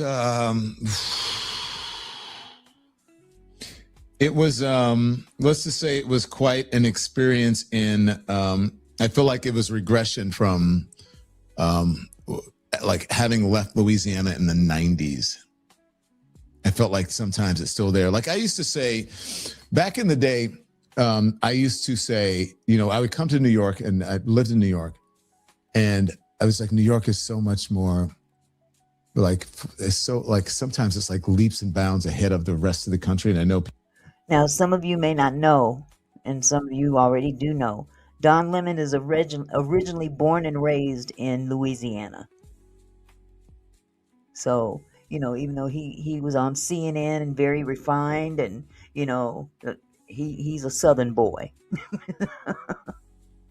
People sort of hate to hear that. I'm going to give myself a little more volume, Andy. I don't know if that helps anything, just a little bit more. And so I feel like it's New York City sort of ahead of everyone, ahead of the curve on many things. Now, don't get me wrong. Not that there's not racism in New York City, not that there's not like some regression in New York City. People aren't bass backwards, as they say, which means ass backwards. It's not even that. But I would say when I go home to Louisiana, it feels like I've gone back like a couple of decades. Like I feel like I was going back to kind of the 60s or 70s, like when I would live in New York in the early 90s, the mid 90s and early to mid 90s. And then I would say it's like Chicago. When I would go to Chicago, I felt like I was going back to Chicago, and San Diego for me are kind of like, San Diego's kind of like Chicago by the sea for me. It's like I went back to the 80s. And everybody was having like a steak and cigarettes and a martini at lunch, right? And then all of a sudden, Mad Men came about, and I was like, "That's it. That's what Chicago is like." So you feel like, you know, people are like, okay, living there, and then you go to LA, and people are sort of still living in the 70s with the blonde hair and the flips and it's like everybody's living in like Charlie's Angels land. And then you get to New York, and you're like, oh, whew, we're back in the present or in the future. And then same thing, I'd go to DC and I would feel like, wait a minute, I'm not quite in the South, but I'm kind of in the South. It's the same mentality. It's really slow. Everything closes really early. People aren't so open-minded, even though they're in politics. It's kind of crazy. I don't like it. It's a one-horse town. It's all politics. Everybody. I'm going to go ahead and skip forward a little bit because he's doing a lot of talking. Going on as a Washington, D.C. correspondent. Of course, we're going to talk to him about Washington because that's what's up. Did they get any new idea? By the way, like and thumbs up. Right? Affects the algorithm. Let me know where you're streaming from. I saw that San Diego's in the house. Chi-Town, as they say, is in the house, so don't get mad. Okay. Guys, hit the like button, by the I way. love Chicago. Yeah. Breaking news. For folks who watched this morning, breaking news. Dawn and I booked our plane tickets. We've got dinner with Emmanuel tomorrow night. Don't even joke about it. It's not even funny. It's not even funny. People were not happy. Detroit wasn't happy. North Carolina wasn't happy. Long Beach, California was not happy. A lot of people wasn't happy. Let me see if I can go forward some more. I want y'all to see this dude. I just want you guys to see the interview with him. I hope it's in here.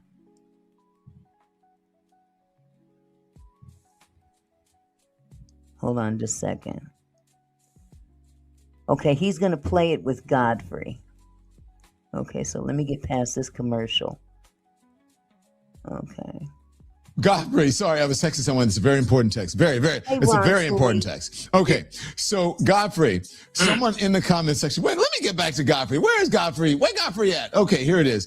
So Godfrey, someone said this about you going to the gym. Now, they're saying you all lotioned up, you're not ashy. I'm not ashy, but I ain't lotioned up.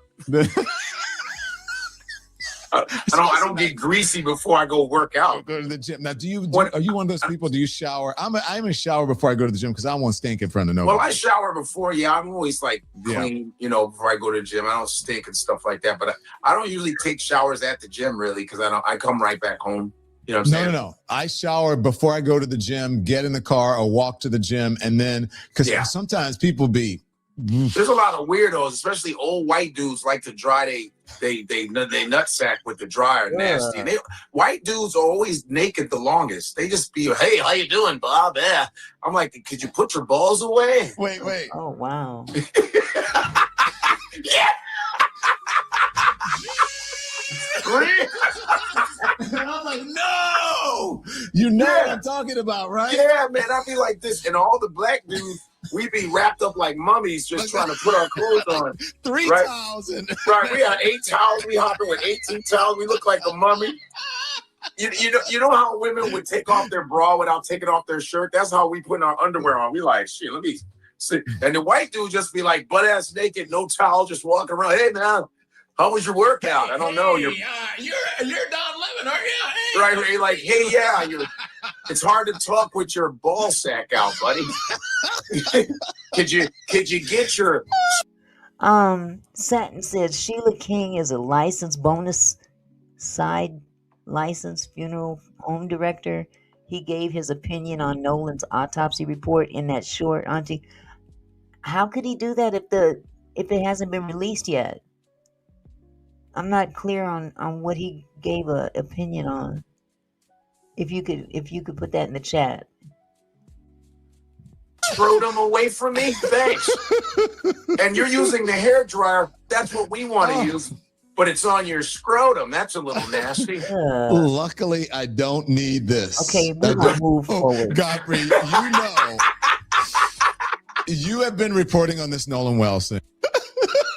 It's nasty. It's nasty, man. I'm like, ugh. Let's move on now. So this morning, Godfrey, you have been reporting on this Nolan Wells thing, and I have been reporting on this Nolan Wells thing. But you really report on it because you're about that journalistic thing, you know? So can we talk about an interview that I did this morning? And I'm not making fun of this guy. Maybe you want to, I don't know, but it was one of the craziest interviews. And I hate to say when people are in the sunken place, but I felt like I don't want to put words in your mouth. Andy, you choose the one you want to roll for Godfrey, and then we'll go with it. Uh-oh. Oh, boy. Now, you guys, I'm going to step away for just a moment, but I'm going to let it roll for you. I know that. I'm from the South. I've been saying that people in the South, black people and white people integrate more than they do in the North. But that's mostly about socioeconomics. Doesn't mean that racism is solved. It's because basically those people who live together are the same part of the socioeconomic group. So if you are mostly middle-class people and you have grown up there, you are going to pretty much be together in the same places. But here in the North, it is about rich people who are all together. Most of them mainly are white because that's sort of, generational wealth. Most black people didn't have the opportunity to do that. But here in the North, it is more polarized than it is in the South. The South, I think, used to be segregated, but people are more polarized here in the North than they are in the South. Now, I know you can speak on that better than most because you're from the South and you've been living all over. You've been living in the North. So I can understand. Not only am I from the South and living in the North, my family just left here and we had a long discussion about this and a long discussion about people who believe that racism is over or just because people what they're called, there's race mixing. That's what the racists used to call it back. But people who are marrying interracial marriage, they think that racism is over because of that. And it's not. But it doesn't mean that it's as bad as back in Emmett Till. We make progress. Racist people is going to always be with us. There's nothing you can do about that. That's why Jesus Christ suffered, bled, and died for that very same thing. Is because racist people going to walk amongst you. But who really cares about the quiet racist? He's a racist and he's quiet and he don't say nothing about it. He over there. If he not bothering you, he can be racist over there. As long as he don't come and shove it down my throat, I don't care what he is over there, right? He's not affecting me. If he ain't affecting me. You don't know that. But you don't know what that quiet racist is doing. You don't know who he's influencing. You don't know what kids and grandkids he's influencing. You don't know that. Yeah, but what I'm saying is you don't know who he's supporting. Maybe he's sending money to the Klan. You don't know. But when I'm speaking of quiet, I'm talking about the ones who just keeping it to himself. You know what I'm saying? If he's quiet with it, I agree with what you're saying right there. I agree with that. Emmanuel. If he's helping people be racist, that's a problem. And when I'm speaking, but how do you know that if he's quiet about it? Quiet is kept. You know what quiet is kept is, right? Hey, I'm just saying that. If you got a health problem and it don't show, it don't show up on this blood result, then good deal. Then eventually one day it's going to kill you. Doesn't he realize what he just said? Just ignoring it just because you don't see it don't mean it's not there. Put the one in the chat if you understand that.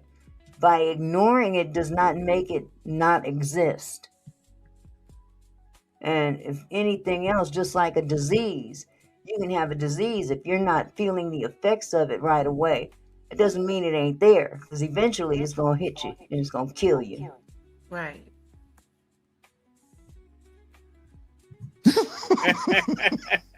Even if it doesn't show up, even if you don't know about it, it's still going to kill you.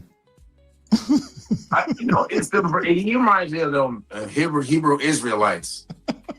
When they got the beards, they be like, but listen, brother, you got to understand that the quietness of the racism is just like bad health. And that's psychological because the Hittites and the Mennonites came from Mount Sinai. And that is the reason why the black man is the way he is. And the white man comes from the Caucasus Mountains. And that same psychology goes within their violence. That's why there's nothing wrong with a quiet racist, my brother. The physical anytime they got a beard, autonomy of the equivocation of the psychological prostration. See, brother, that's the problem with you brothers, man. Y'all remember that character on in Living Color?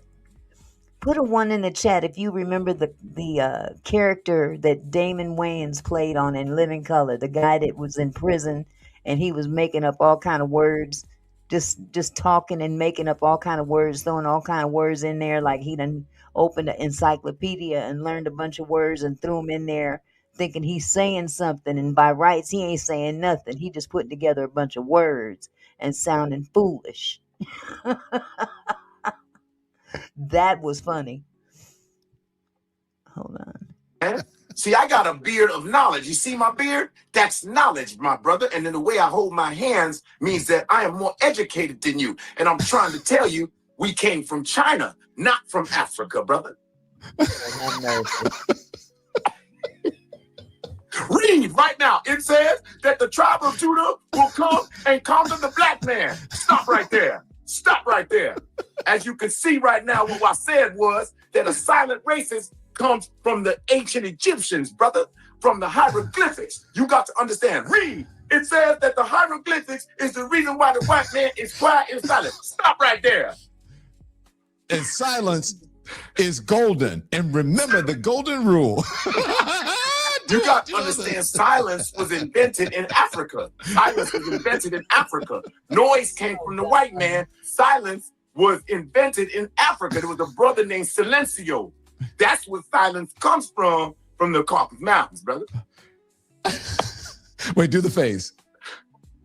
My brother. Read. Yo, man, you got to start using your knowledge, Don Lemon. I love what you're doing, brother. You got to start using your knowledge. I know you're from Louisiana, but that's where the slave mentality comes from with the Creole shit, brother. Oh my gosh. Okay. Andy, do you have the one about who dads want their daughters and what's racist and what's not? I'm going to see if you can make heads or tails of this. Oh, shoot.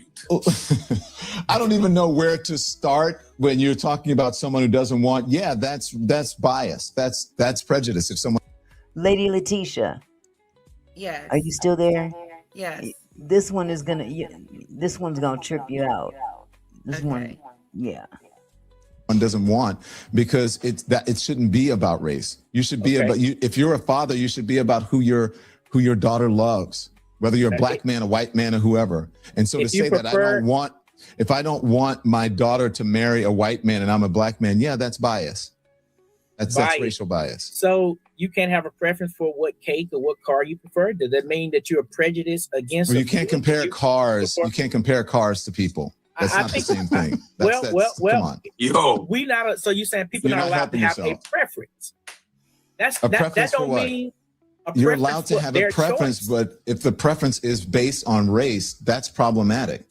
No, because we're all humans. If you like people, some people like dark-haired people, some people like light-haired people. But if you discount an entire race, that's racism. No. If a man says, "I want somebody that looks like me or resemble me to marry my daughter," that does not mean that person That's not your decision. Racist. That's not your decision. Yeah, we know it's not his decision. But he didn't say that. Decision. I didn't say anything that person would not accept another race come marry his daughter. God. I'm just saying it does not mean that a person is racist if he wants. Are you in the if a black man wants his daughter to marry another black man, that does not make him a racist. And the same with a white guy. If a white guy wants his daughter to marry a white guy, look, I'm going to move on. Let me just say this. I'm going to move on because I want to talk about you. Okay. It's exactly what I said to you in the beginning of this. You're too close to it to even understand what it is. First of all, it's not that dad's decision about who his daughter marries. That's the point. That is actually misogyny, right? The fact that you think that you can control or you should control who your daughter marries, and the fact that you don't understand that. Control it. I didn't say he can control it. She can pick. Oh God. No, here's where the racism come in. If his daughter brings home a certain person of another race, and then he says, "I don't want him in here," after that's what she chose, yeah, that's racist. I agree with you there. No. That's racism. That's aggression. If he But had him his preference, he preferring would someone of prefer another preferring someone of his race, that is racism. I am preferring someone of my own race. That is the definition of racism. Now, if he gets aggressive with the other guy, that's aggression and violence. But to say, if you look up the definition of racism, it is preferring, in that definition, someone of your own race. Okay. So, put a 1 in the chat if you agree with that concept, and 2 if you don't. I'm just curious. 1 if you agree, 2 if you disagree with Don. I'm in between. Because I agree with Don. It's not up to daddy. It's up to the daughter. And the reasoning But he's behind saying it is it's what deciphers racist. whether it's racist or not. Right. That's where I'm in between. Like, well, I don't think it's racism. I think he's being more biased or prejudiced. Right. And see, what many people don't seem to be able to separate is there's a difference between racism and prejudice. Racism is a hatred. Prejudice is more like a preference, so to speak. I prefer, but it's not a hatred issue. You don't hate. You see, it's like, okay, I prefer to eat grapes instead of apples because I like the taste of grapes more than apples. Not to say that I don't like apples, I just like one more than the other. Racist is to blatantly say, I don't want apples at all. I just want strictly grapes. You see what I'm saying? Yeah. Mm-hmm. So when are you allowed to have a preference? When are you allowed to have a preference? I gotta go. You can't have a preference. Everybody has a preference, but that's not racism.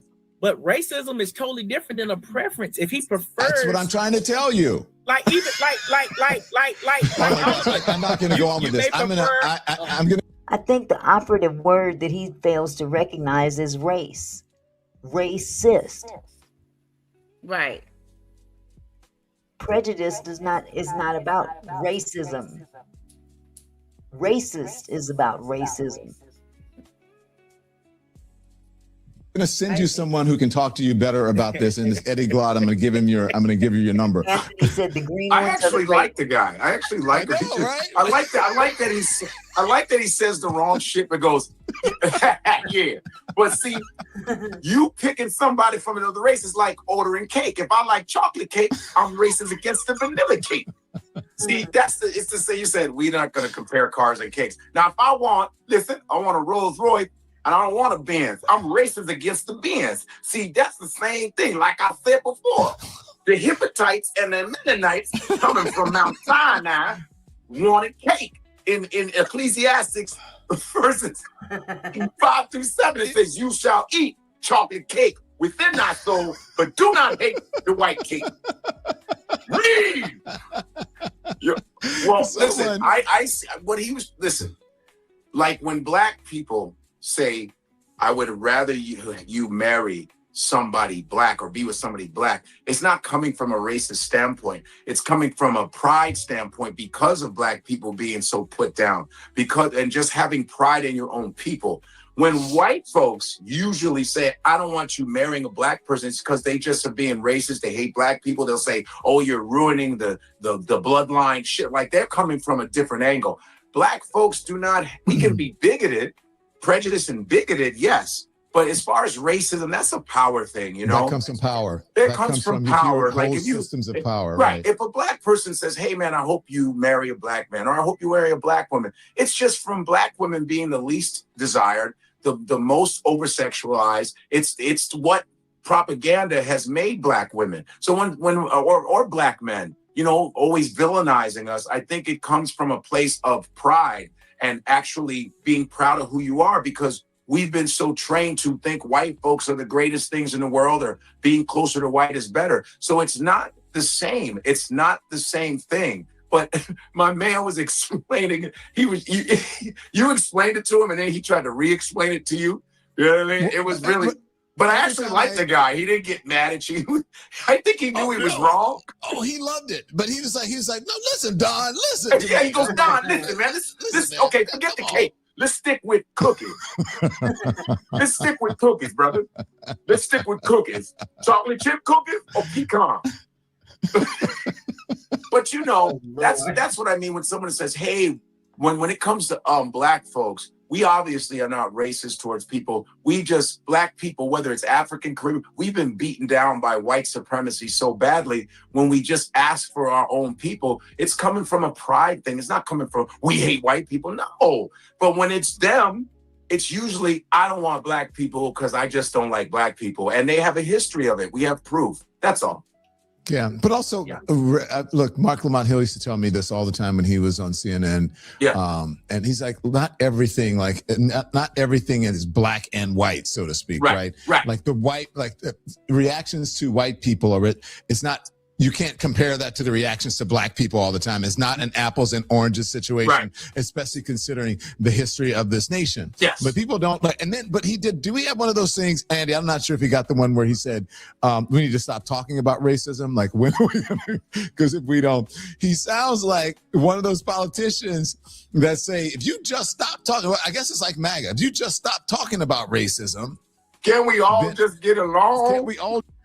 Barbara, I think you're way behind in the live stream, but Barbara says, did they get the person who sent her the death threat? Are you talking about the judge? Oh, she's not going to even see this right now. I'm not sure who you're referring to, sweetheart. I'm not sure who you're referring to. The Christine or the judge. I don't know. Just get along.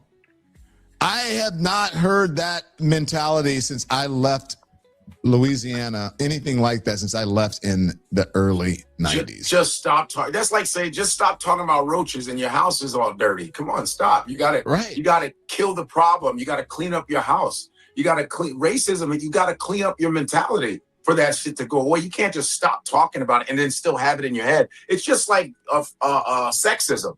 You can't go stop talking about sexism and still be disgusting towards women, treating them like second-class citizens. You got to change your mentality and treat people accordingly for it to go away. But true that. You know, I think, you know what? I just saw a video on Donald Trump's niece who just broke down racism, white racism. She's awesome. Have you heard about her? Mary Trump? Mary Trump. Right now, she broke it down. She goes, white people have the privilege of forgetting of what happened. That's their problem. They always have the luxury of forgetting of what they've done to Native American people, black people. You know, the system is geared for them to not actually have to think about it. That's why they get so riled up when you bring up the history. They don't want to learn about it. And you have to learn about it to better yourself. Hey, it's like going to a doctor's office. Whenever you go to a doctor's office, what's the first thing they pull out? They pull out your medical history. You have to know your history, the history of your family, diseases, so they can actually assess how you are, what they can do with you as far as treatment. No one goes into a doctor's office and they go, spread out your cheeks. Why? Don't worry about it. Let me just see what's going on in here. I just want to see. Oh, I'm the janitor anyway. I just want to warm you up for the doctor. Oh, you know what I'm saying? Everybody brings up, even when you watch. That doesn't happen? Oh my God. Even when you watch sports, Don, they always talk about the person's history. They always say this person was on this team, he got traded. They always talk about the history. That's why when you recruit athletes, you got to know where they went to school, where they played, how is their stats. It's the same thing with black history. You should learn the history so you know how to behave going forward. But a lot of whites are very resistant to learning their history. They take everything personal. I go, dude, it happened. Why don't you just learn it so you can better yourself? But they think it's an indictment on them. I mean, you know what I'm saying? I go, learn your history, the proper history, so that you can treat people with respect. So that the best thing that one can do is find out their history, regardless of what color they are, because history has a tendency to repeat itself if you don't change the path that you take. And unfortunately, many people choose to ignore the past because they don't want to be, and this is not just something that I think, this is something that I've heard them say, certain people say, is that I don't need to be reminded of that. That wasn't me. That was my ancestors. I didn't do that. That was them. But you still reap the benefits from that behavior. And the more you ignore the behavior, the more destined you're going to repeat the behavior, whether you intend to or not. And sometimes you got to get past the guilt and acknowledge that it happened. You don't have to feel guilty if you don't feel that way. You can't afford to feel guilty about something that you didn't do, but you can't ignore what happened simply because it happened because of your ancestors. Your ancestors did this. And because your ancestors are the perpetrators of such things, you are the beneficiary of the things that they did. Black people now are the beneficiaries of their past, be it good or bad. That you can better yourself and not be that person that, I don't know, whoever your family was. I don't know every white family. You feel what I'm saying? So, and there are whites that are working on it. They're online. Like you got Jolly Ginger who stands 10 toes on looking for justice. You got the Dixie white dude. You got a lot of white historians, from Tim Wise to, you got Jane Elliott in her 90s still doing her thing. So there are whites that are putting their asses on the line. And a lot of them stay silent because whites come at them, because they always say the worst thing than a nigger is a nigger lover. You know what I'm saying? So I understand why they get silent, because they're afraid, Yeah, man. Okay. Let's talk about Nolan's white friends. Yeah. I have an explanation for you about why, possibly. Because when the photographs came out initially, it was just Nolan with all white people, right? And he's and so the world, this is not just Ben Crump. The family asked Ben Crump to come in. It's not like he volunteered to do this, okay?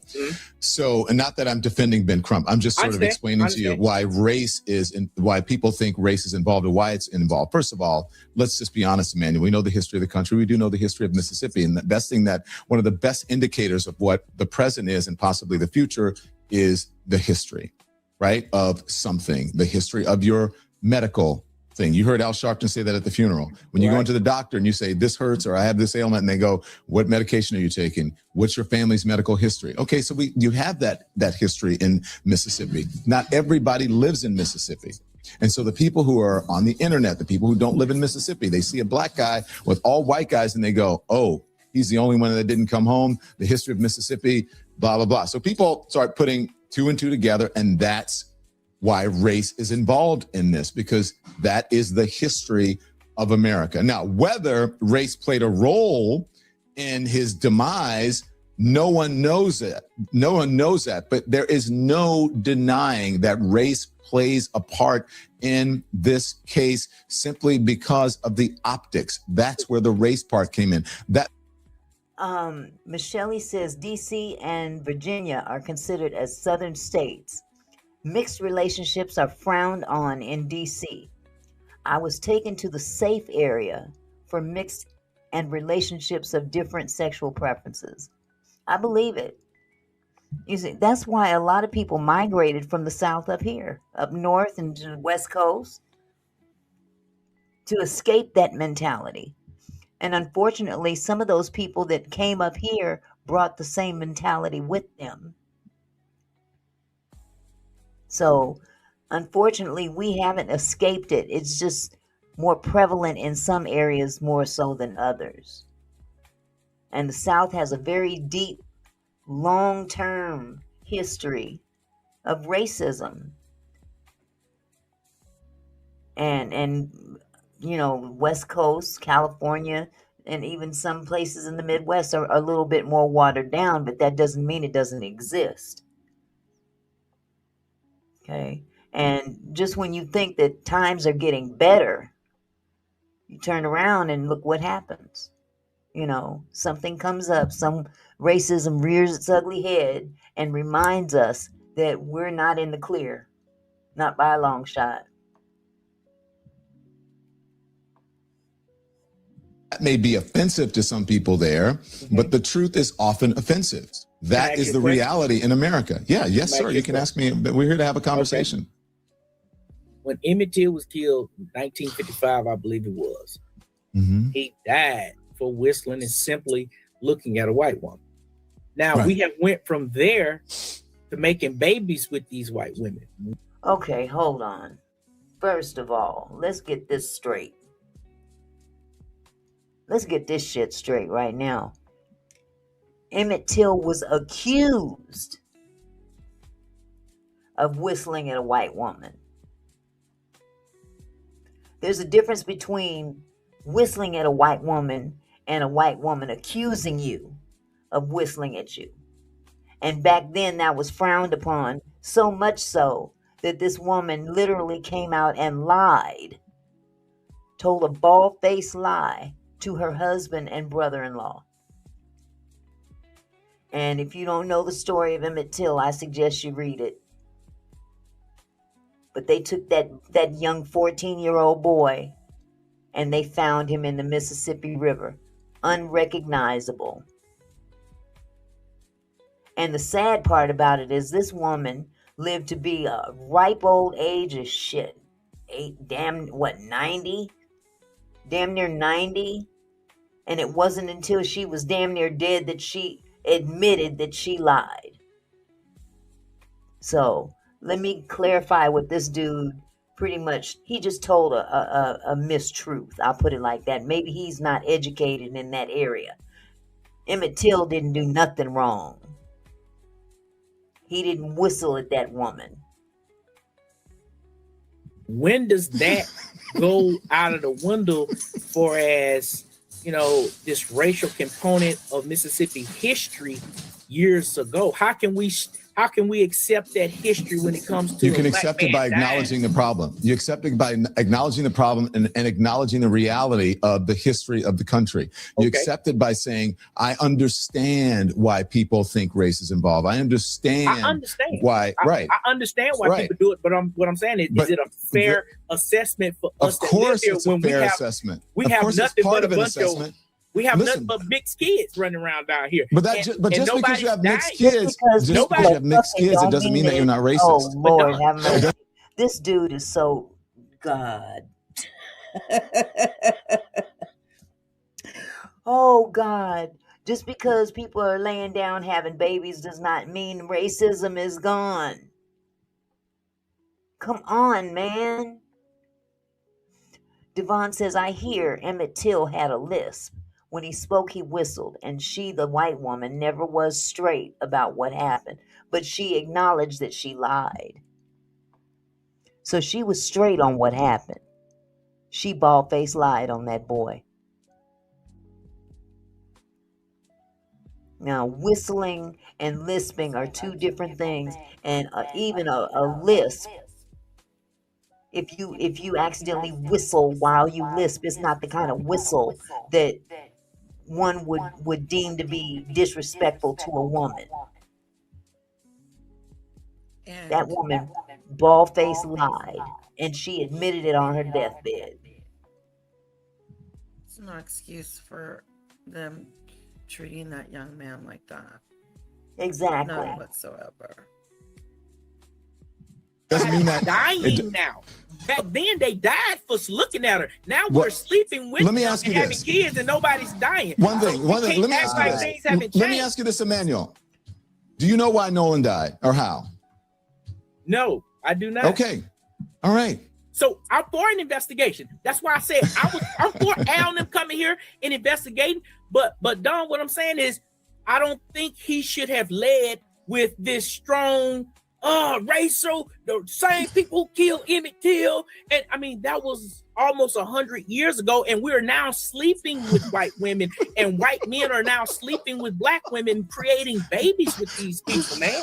I mean, that doesn't mean that racism. I think that your idea of what racism isn't necessarily calling people the N-word or beating them up. It is a system that is based on superiority and history and present, and sometimes people who are in relationships with people of a different ethnicity or a different background, they still have not dealt with racial issues. And sometimes, sometimes the love for people of a different ethnicity is a similar love, especially for blacks and whites, all right? Especially of a certain generation. It's the same sort of love that you have for a pet. My God, here we go. Where you are, I'm serious, where you love them, you protect them, you pay for everything, but it doesn't mean it's the same love that you have for a human being. It's kind of that, okay, I understand that. In America, the reason that we have this is because we don't deal in a fulsome way with race. We're not honest about it. And we think that racism is something where it is overt. It's not always overt. And there are people who came up through the civil rights movement, and people who were discriminated against, they're still here. And the people who were part of the Klan, there's a huge Ku Klux Klan contingent in this country. There are people who are part of the Proud Boys who said that they're racist.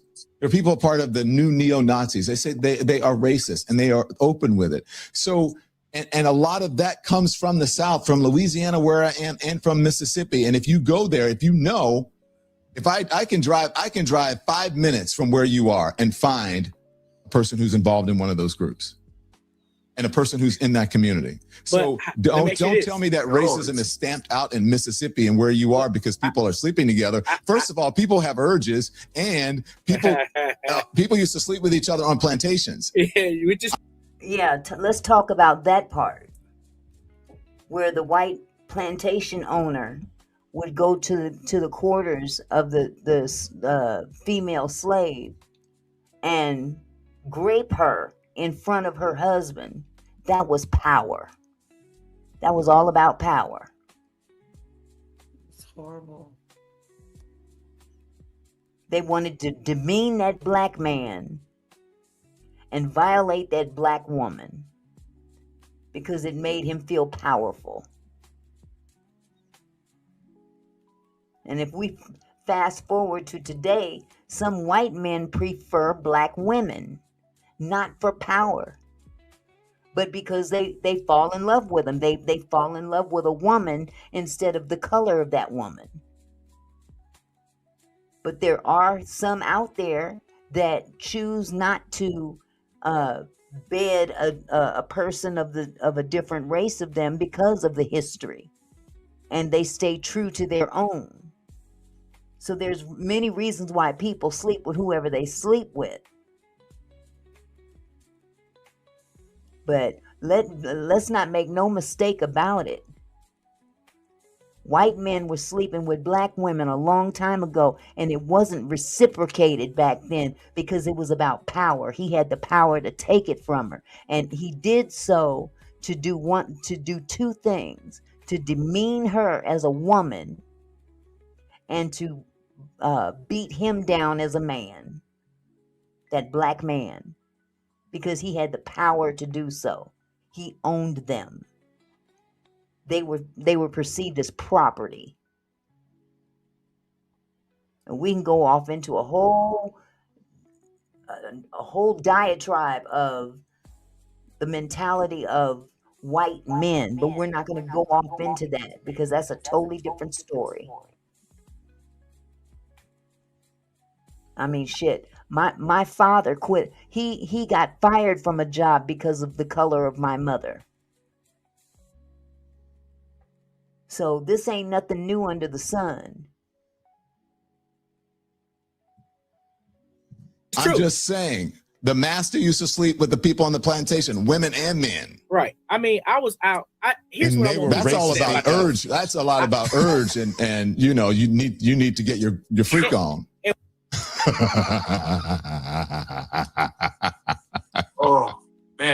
watch. Yo, did you ever hear that story about the guy? It's on the internet. The guy who, God, I wish I could find it. The guy who said he was with his friend, who is a white friend, and they were talking about race.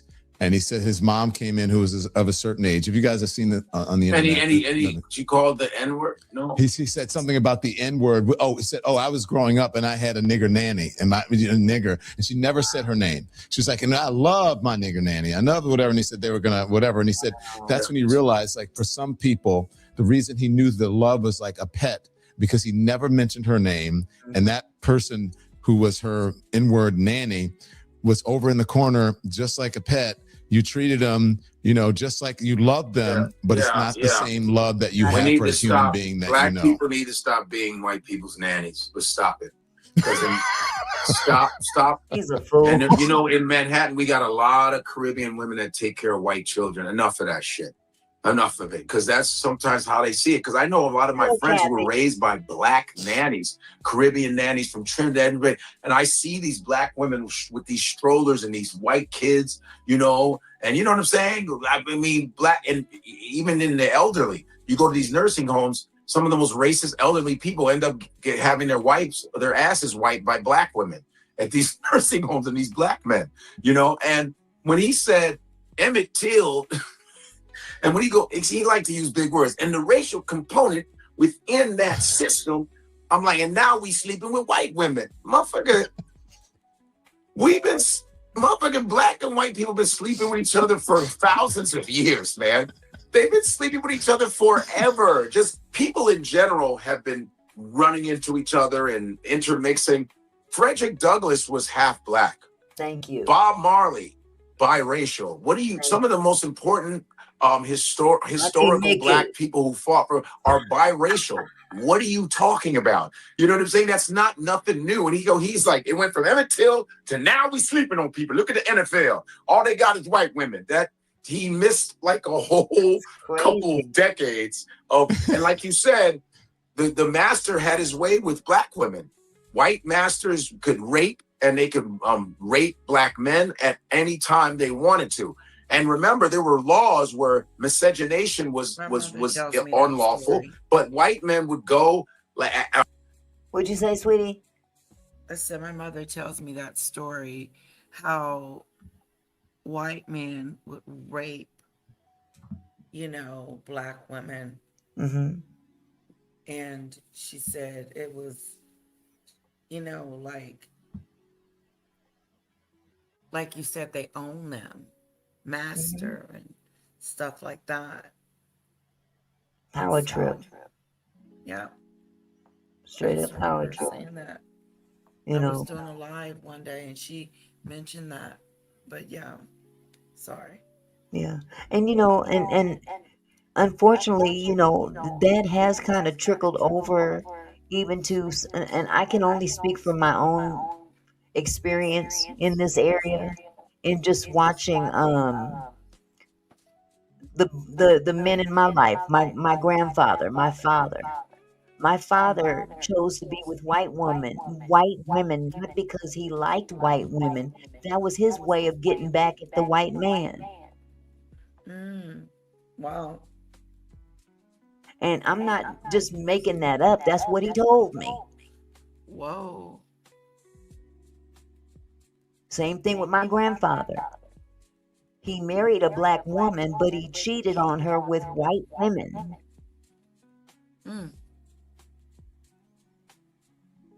It was like a lick back. He was getting his lick back. Same with my father, getting their lick back. Let me piss off these white men and get one of their women. Wow. So, I mean, that's what a lot of the history has done to the mentality. It's affected both sides of the coin. It doesn't make it right, it just makes it. It's what it is. At night in Harlem, they would go and sleep with black women. You know what I'm saying? At night, even though they would hate black people in the daytime, they would do a lot of that stuff, man. You know, so this is intermixing has always been around, and sometimes it's fetishized. There are people I know in interracial relationships who have been called the N-word by their counterpart, and they still stay. You know what I'm saying? Then they still say, I go, well, they called you the N-word. What's up with that? Well, I didn't think they didn't mean it. I go, well, obviously they're fetishizing you. They don't see you as a human being. And the first thing that comes out of their mouth is the N-word. That's a little weird. You should be leaving that. I'm saying whoever you want to be with, but they got to respect you as a human being. And a lot of times people are fetishized. They really are, you know? Go ahead. No, I was just going to say, look, and by the way, just so you know, I was speaking to a family member, and the family member says that this person does not know Nolan, especially in the way that he's portraying. He's not a family friend. And so that's all. That's what the family, someone with the family is saying. That's all I'll say. Well, the Nolan thing is, I believe his white friends did it. I think the coroner covered it up. All of them are all connected. The racist coroner, the racist opinion, doctors. Allegedly. In my opinion, I think that, seriously, because I haven't, the whole thing, I had to like shut it off because I was so angry, because there was another black kid that was at a festival that got beat up. He was the only black kid there. There was the black woman that went on that sleeping thing with those white women that sleep over them. She's gone. And it's been happening a lot. There's black children swinging from trees. And Mississippi, I think, if I'm right, you let me know, Don, they still have not signed the anti-lynching bill in Mississippi. They still have not signed. I don't think that they have. They haven't even signed it. You have to think about not hanging black people, but you want black people to play football for Ole Miss, though. You still want us to play basketball and football for you, because the South loves basketball and football. But you have an anti-lynching bill where you got to think about hanging black people. Well, you know, unfortunately, in this country, this is where it gets. It's not even complicated. Black people, in the eyesight of some white people, are strictly here for their entertainment, and that goes way back, way back. I'm gonna use the example of Roots. If you watch the movie Roots, and there was a character by the name of Fiddler that was played by Lou Gossett Jr. He played Fiddler, who played the fiddle. That was his talent. And he was called in by the master whenever there was any kind of gathering in the house where they had guests, other white guests, of course. And he would be summoned to come in and entertain everyone by playing the fiddle. That was his job, so to speak, among other things such as picking cotton and everything else. But that has come up even through the generations.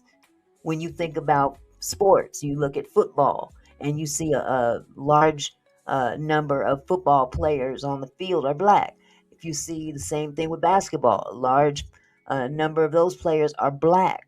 And you know, I heard Michael Jordan say something about, I don't recall the entire story, but before Michael Jordan was the Michael Jordan that we knew or know now, and was number one in his field, you know, everybody was Michael Jordan, but they would hardly speak to him off that court. Same thing with entertainment in terms of music. Let's get him to you know, and Berry Gordy, he did what many white record producers, label owners did to the black artists of that time, because they may or may not have been completely educated in that field.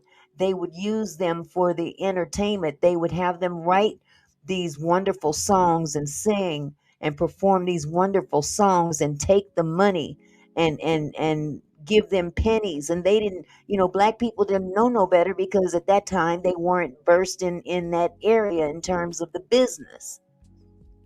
Little Richard was one of the most vocal in being ripped off by the industry, because black people were perceived to, okay, you just tap dance for me. That's what you do. That's your job. We'll throw you a few pennies here and there. And quiet as it's kept, a lot of actors and actresses, for the exception of your Denzels and your Samuel L. Jacksons and your Oprah Winfreys, they get the big money that the white actors get, but the smaller actresses like Taraji P. Henson, for instance, pulling in all kind of movies and entertaining people to the utmost, and she's not getting the same salary that someone else of the same or lesser caliber is getting in the same field. So get out there and entertain me and then go on about your business. That's the mentality. A lot of people perceive black people to be for their entertainment. That's all you're good for. Entertainment. Entertain me. Entertain me, because I love the way you dunk that ball.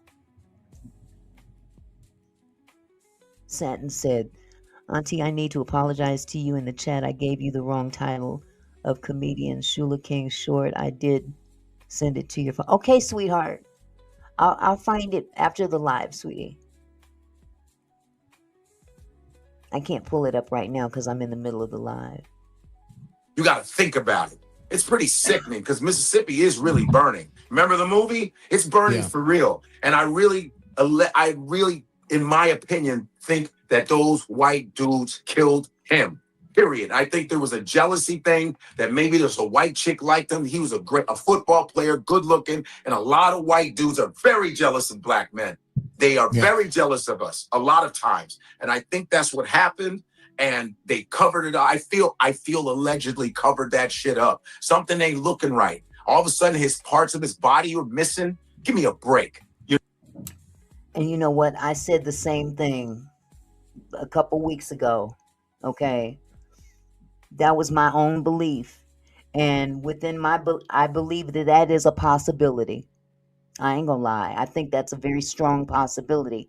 However, we don't know that yet, because we don't know the toxicology and autopsy report outcome yet. But it's very conceivable. Like I said before, Nolan had talent on his side. He had unction on his side. And there's nothing worse than jealousy. And if you look at the timing of it, this is again, I'm reading too much into this, but the timing of it, honestly, does it make sense that he would put his future at risk after working so hard for so long to get to this point, to throw it away 2 days before his big break, so to speak? No. But I could see possibly somebody ending it because he's not going to end it on his own. And that's just my own personal opinion. It's a possibility. I'm not saying they did it, and I'm not saying they didn't do it. I'm saying it's possible. You know what I'm saying? Where he was bludgeoned. This is what I'm listening to, and I'm, in my opinion, you understand? And I think that everybody's connected with everything. I didn't hear anything about him being bludgeoned. Some of these people are putting falsehoods out there, adding to the story. Now, if did I miss something? Is he trying to say that the back of his head had that scar or something? I don't know if that's what he's referring to. I don't know if that's what he's referring to, because that could have come from a couple of things.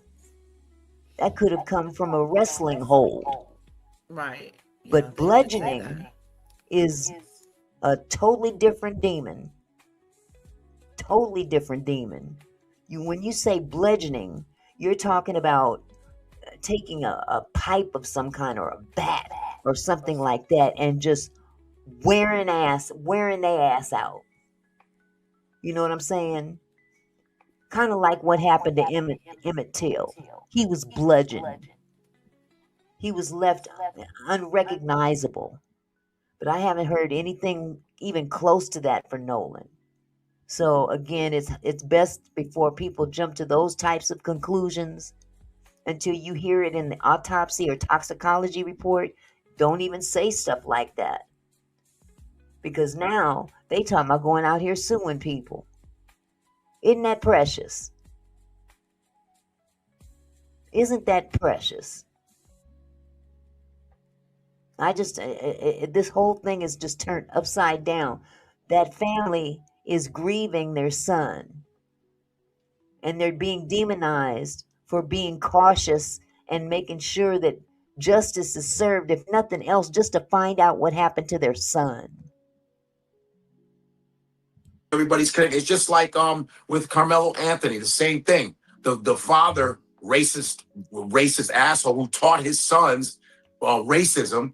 They want to bully a black kid who defends himself, and they all know the judges. They're all friends with everybody. So I think that black kids, black people, when you're hanging with a bunch of white people, bring some backup with you. Bring backup. And this is not knocking my white friends. I've been around white people who have done nothing to me, but I'm sorry. We're going to have to detox from being the only black person around you because you want some fuck shit. And another thing, too, when I played football and baseball, it was always the white dudes, the teammates, that would try to do stuff to everybody, like pull underwear up their ass. They would always be up to scheming shit in the locker room. And black athletes would be like, yo, man, get away from me with that shit. They'd be like, we won't come to twist your nipple. Oh, today we're going to twist your nipple. Today is booty tickling. Today is booty tickling day. You're like, what? Today is booty tickling day. What are you talking about? So they would always be up to like gags and pranks. You don't like getting wedgies? You don't like wedgies? You don't like your underwear shoved up your ass like a thong? I'm asking you. You don't like getting Hell no, I don't like when my underwear goes up my butt, man. I got this underwear that doesn't go up your ass crack. It's like the non-ass crack underwear. I don't know about y'all, but I don't know. I don't know too many. Do I want to say this? Yes, I'll say it because this is what I do know. I don't know too many black men that would let that kind of behavior pass on them. You see what I'm saying? I mean, I have 2 sons, and I know for sure my oldest son, he's actually a coach now. He's a basketball coach. And I could see him knocking the hell out of somebody. Not just because they're white, but just if they did that to him specifically, whether they black or white. That's just something that I don't see us tolerating. That's a very demeaning thing to do to a black man as a result of the history. And again, I'll revert back to the stories that my grandfather told me. He was in World War II, and a white soldier told him to bend over. He wanted to make sure he didn't have a tail because the other white soldiers, I'm sorry, let me correct that. This was an Italian soldier who had been told by the white soldiers in World War II that the black soldiers had tails. And they spread this lie around and had people thinking that black soldiers had tails. So the Italian soldier asked my grandfather to bend over. I want to see if you really have a tail. Do you know how demeaning that is to ask a black man to bend over and show his ass, pull his pants down and prove that he doesn't have a tail? Now, quite frankly, hell no, he didn't do it. And it's a wonder he didn't get court-martialed because he beat the shit out of that soldier. But this is the mindset that black people have been tolerating for a long time. So when you do something demeaning like that, go up behind somebody and pull their underwear, that's violating their look. Don't don't put your hands on my drawers. That's some fuck shit right there. So I understand where he's coming from on that. That's just something that people just, you know, I have yet to meet a black man that let that kind of behavior go on him.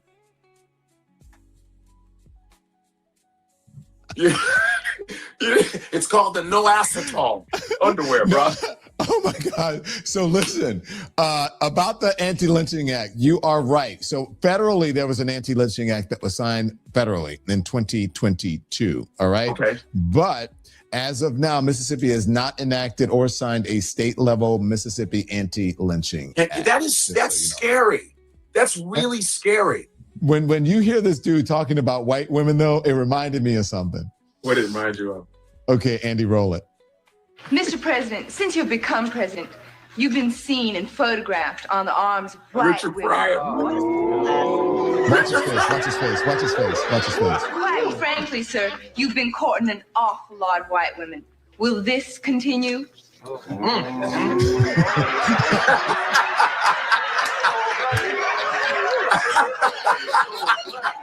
As long as I can keep it up.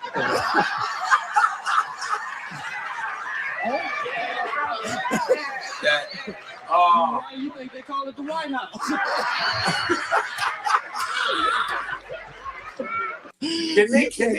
Can we bring back humor like that again? Oh my please? God. Oh, who are you? Can we bring back real humor again? Can we bring it back? That was Richard Pryor, rest in peace. And his last wife was white, by the way. Do you remember though when he and Chevy Chase did the N-word thing? I talked about that was brilliant. Oh my God. Remember when he goes, they're like, porch monkey. He said, cracker. When they actually he goes, nigga, he said, dead honky. No, he goes something, he goes honky. And then he goes, nigga, and he goes, dead honky. Man, his lips are you can't do that now. We can do it now. I think we need to bring it back because the same mentality is still here.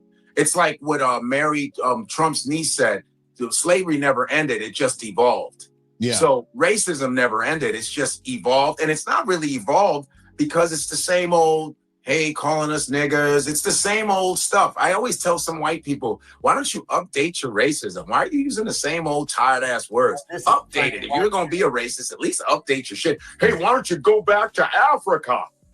Oh, you eat fried chicken. I go, white people eat more chicken than black people because there's more whites here. They eat more chicken. They eat everybody else's food more than anybody else. Why don't you go eat your collard greens and your watermelon? Shut up. You always eating everybody's watermelon.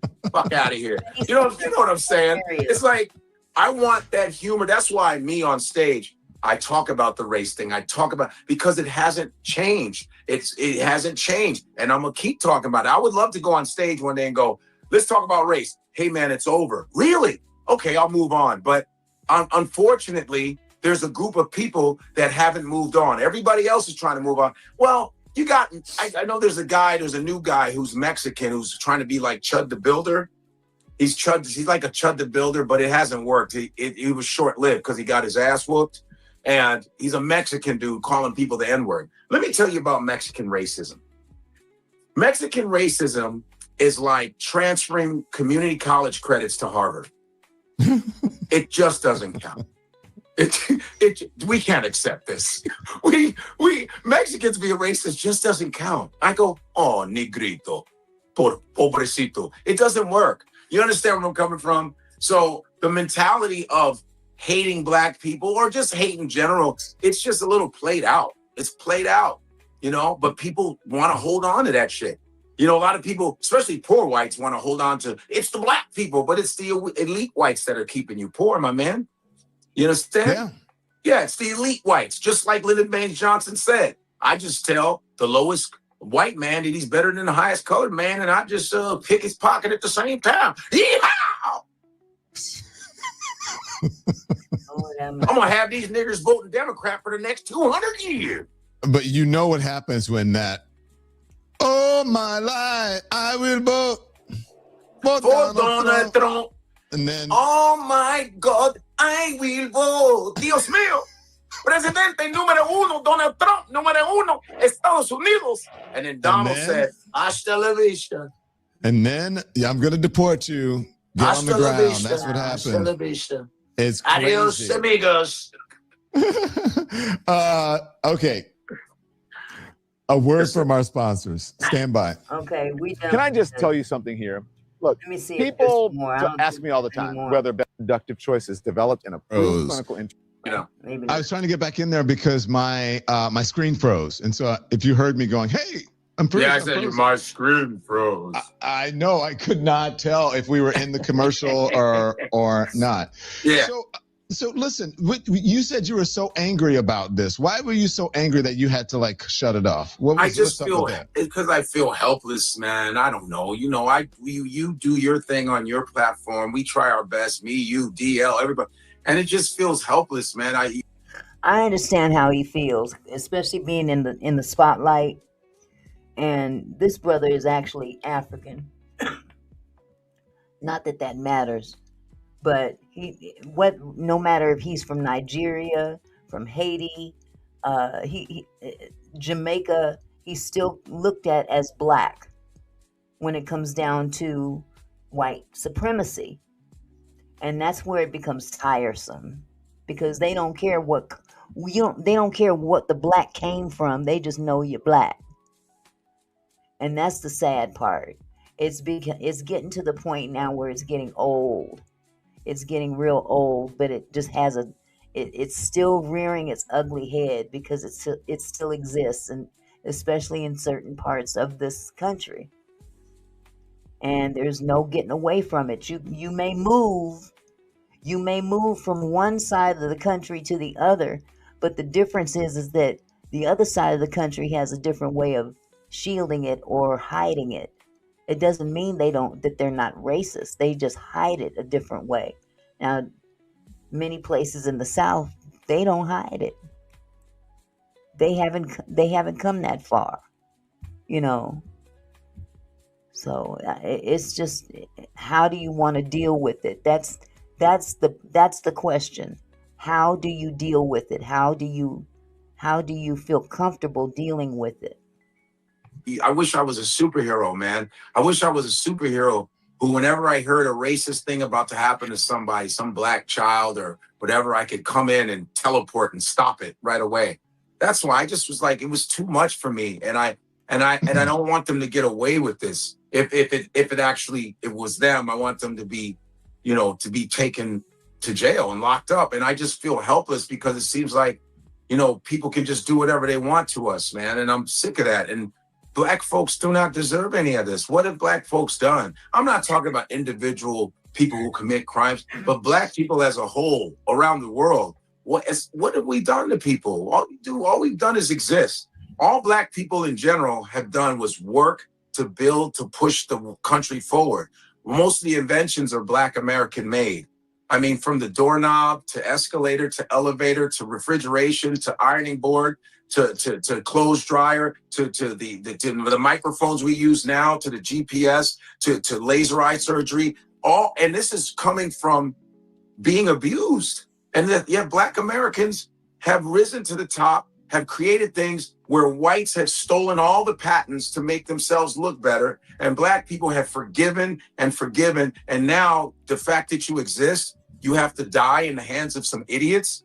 I mean, it's just, and then you have to pray that the justice system is on your side. It's like it's catch-22. It's like we're caught between a rock and a hard place being Black. It's sickening. There's times where you're just overloaded with this kind of mental, you know what I'm saying? You hear that guy who I think is, I shouldn't say he's harmless because you don't know, like, I would hope that he's harmless, but that kind of thinking is problematic. When you saw that Tatum guy, what did you think? I call him Officer Taint. Man, Barbara. You know that part under your balls and that's Officer Taint. That's all Officer Taintum. Yeah, he's that stink under your balls. That's who he is. That dude, I called him Super Coon. That dude is a super coon. He's like, there's Ultimate Coon, there's Big Coon. He's Super Coon. Look, up in the sky, it's a full moon. It's Super Coon. He is Super Coon. That dude is like a Marvel comic villain. Like, it's going to take the X-Men to destroy him. He's I don't even think he believes what he's saying, but he's getting paid. I think he's getting paid for that.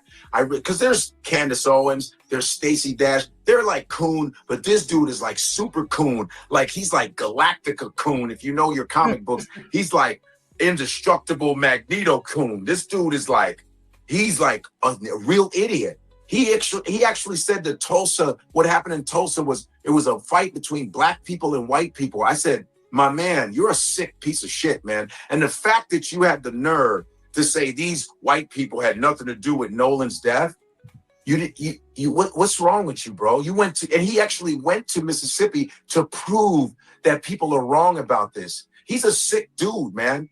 You're fucking with people's deaths, man. People are losing their sons and daughters, and your fat-headed ass is coming around saying, oh, man, black people don't know what to... I go, man, this dude needs to be thrown in a garbage can somewhere. He's a defective Negro. He's a defective Negro. He's wired fucked up. You know how in a factory where you have like products, right? A bunch of dolls, like a toy factory. He's one of those dolls that has a twitch. You know what I'm saying? He's defective. He's scary. And there's also black people who are against black people, who want to ruin black people's progress. And for him to step his big mouth into somebody's son who was murdered and to say the shit that he's saying, I'm telling you, man, I don't even want to say this on your show, man. All right. You know what I'm saying? I don't like his presence. I don't like his presence. No, you know what I'm saying? He's just a piece of shit, dude, and he's uninformed. And then he has this white woman he shows off, and then he goes, D.L. Hughley, the unfunny comedian. No, D.L.'s funny as shit. What are you talking about? You're a bum, dude. You a super coon. No, we don't need the X-Men. We need the Malcolm X-Men. Did you ever see that song? You know that song, oh my God, I will vote. It's about, well, down, it's about. Right. But there's also one that's cool too. Have you heard the one, look at the coons? Baby, oh, the coon, that's my shit. That's a bop, man. The raccoons dancing? Yeah. Always gooning for you. Oh, look at the coon. I love that song, man. Yes. It's good. Do you know about that other guy, Reverend Patterson, that one black? Yes. He's another super coon. That an old man coon. He's like Uncle Ruckus. Remember the Boondocks? Listen, I'm going to tell you something. I like white folks. Niggas ain't shit. Niggas ain't shit. I love me some white folk. Let me tell you, Don Lemon, you one of them niggas that you lucky you got a TV show. I'm happy you off for CNN, nigga. Listen, I love white folk. White folk make everything better for us. I swear to God. That is a great, oh my gosh, he's a good impersonator. That's that dude. I'm just saying here, Don Lemon. Let me tell you something, Don Lemon. I'd rather you be white and shit.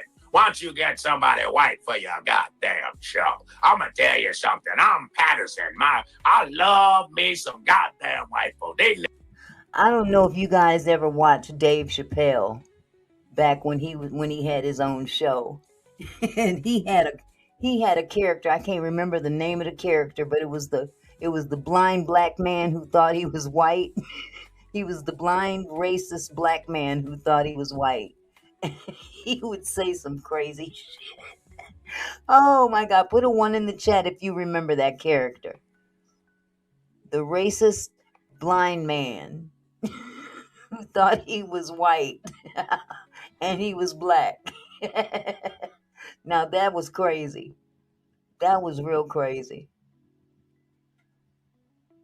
Yep, Frank remembers. Croy remembers. Clayton. That's it. Clayton. Boy, that shit was funny to me. And see, it's funny when you can laugh at that kind of stuff, you know.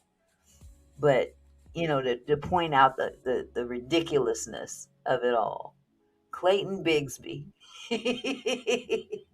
Niggas get on my nerves. I want an all-white church. I love that motherfucker. He hangs out with Jake Lang. That fucking tard.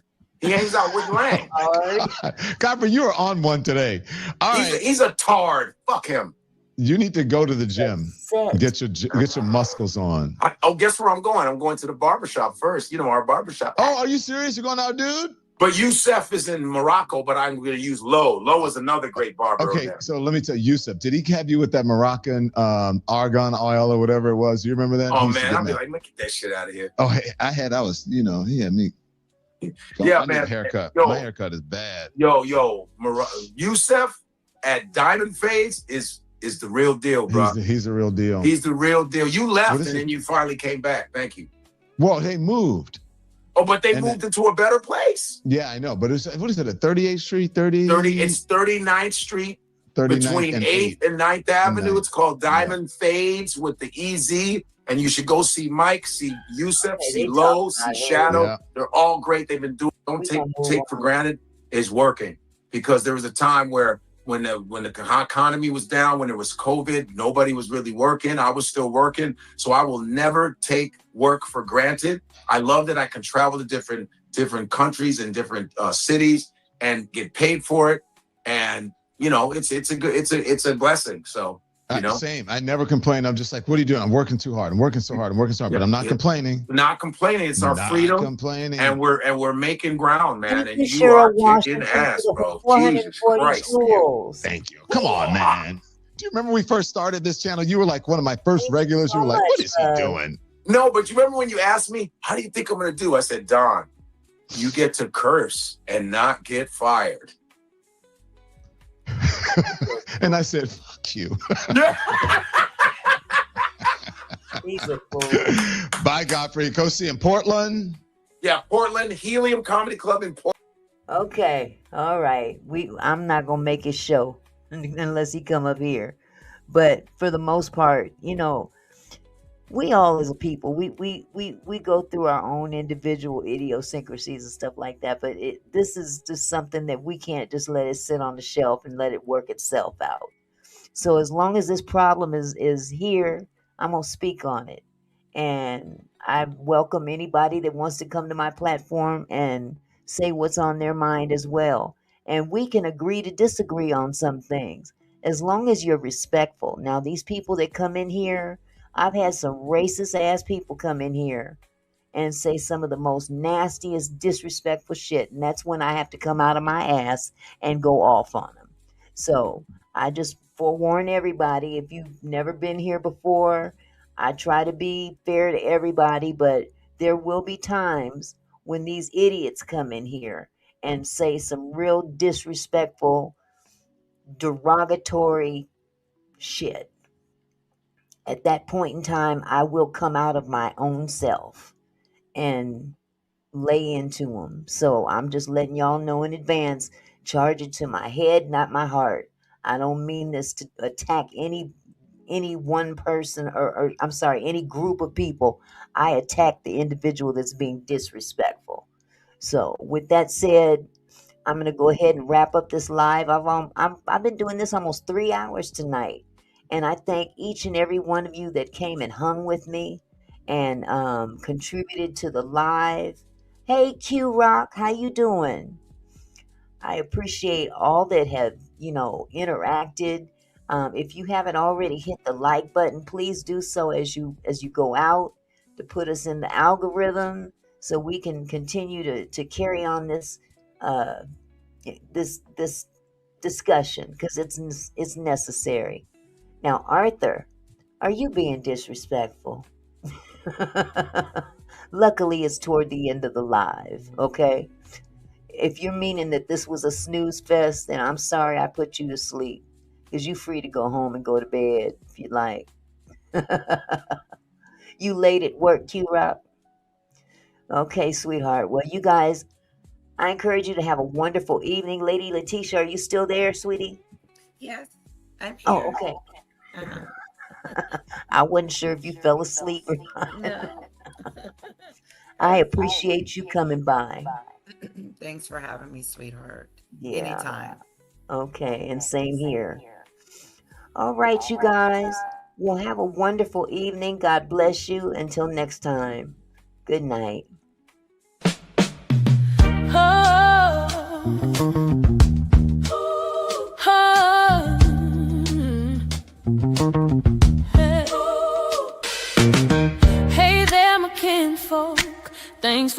passing by. Auntie Mickey's house, where we reach for the sky. Every comment and smile, you make my heart glow. Together we're strong, together we grow. From gossip to politics, we cover it all. Sharing laughs and thoughts, having a ball. Your support means everything that I know. Feels like family here in this sweet show. So let's keep it flowing, keep the love alive. Every moment together makes me thrive. You're more than viewers, you're my kinfolk. You see, my gratitude runs deep as the sea.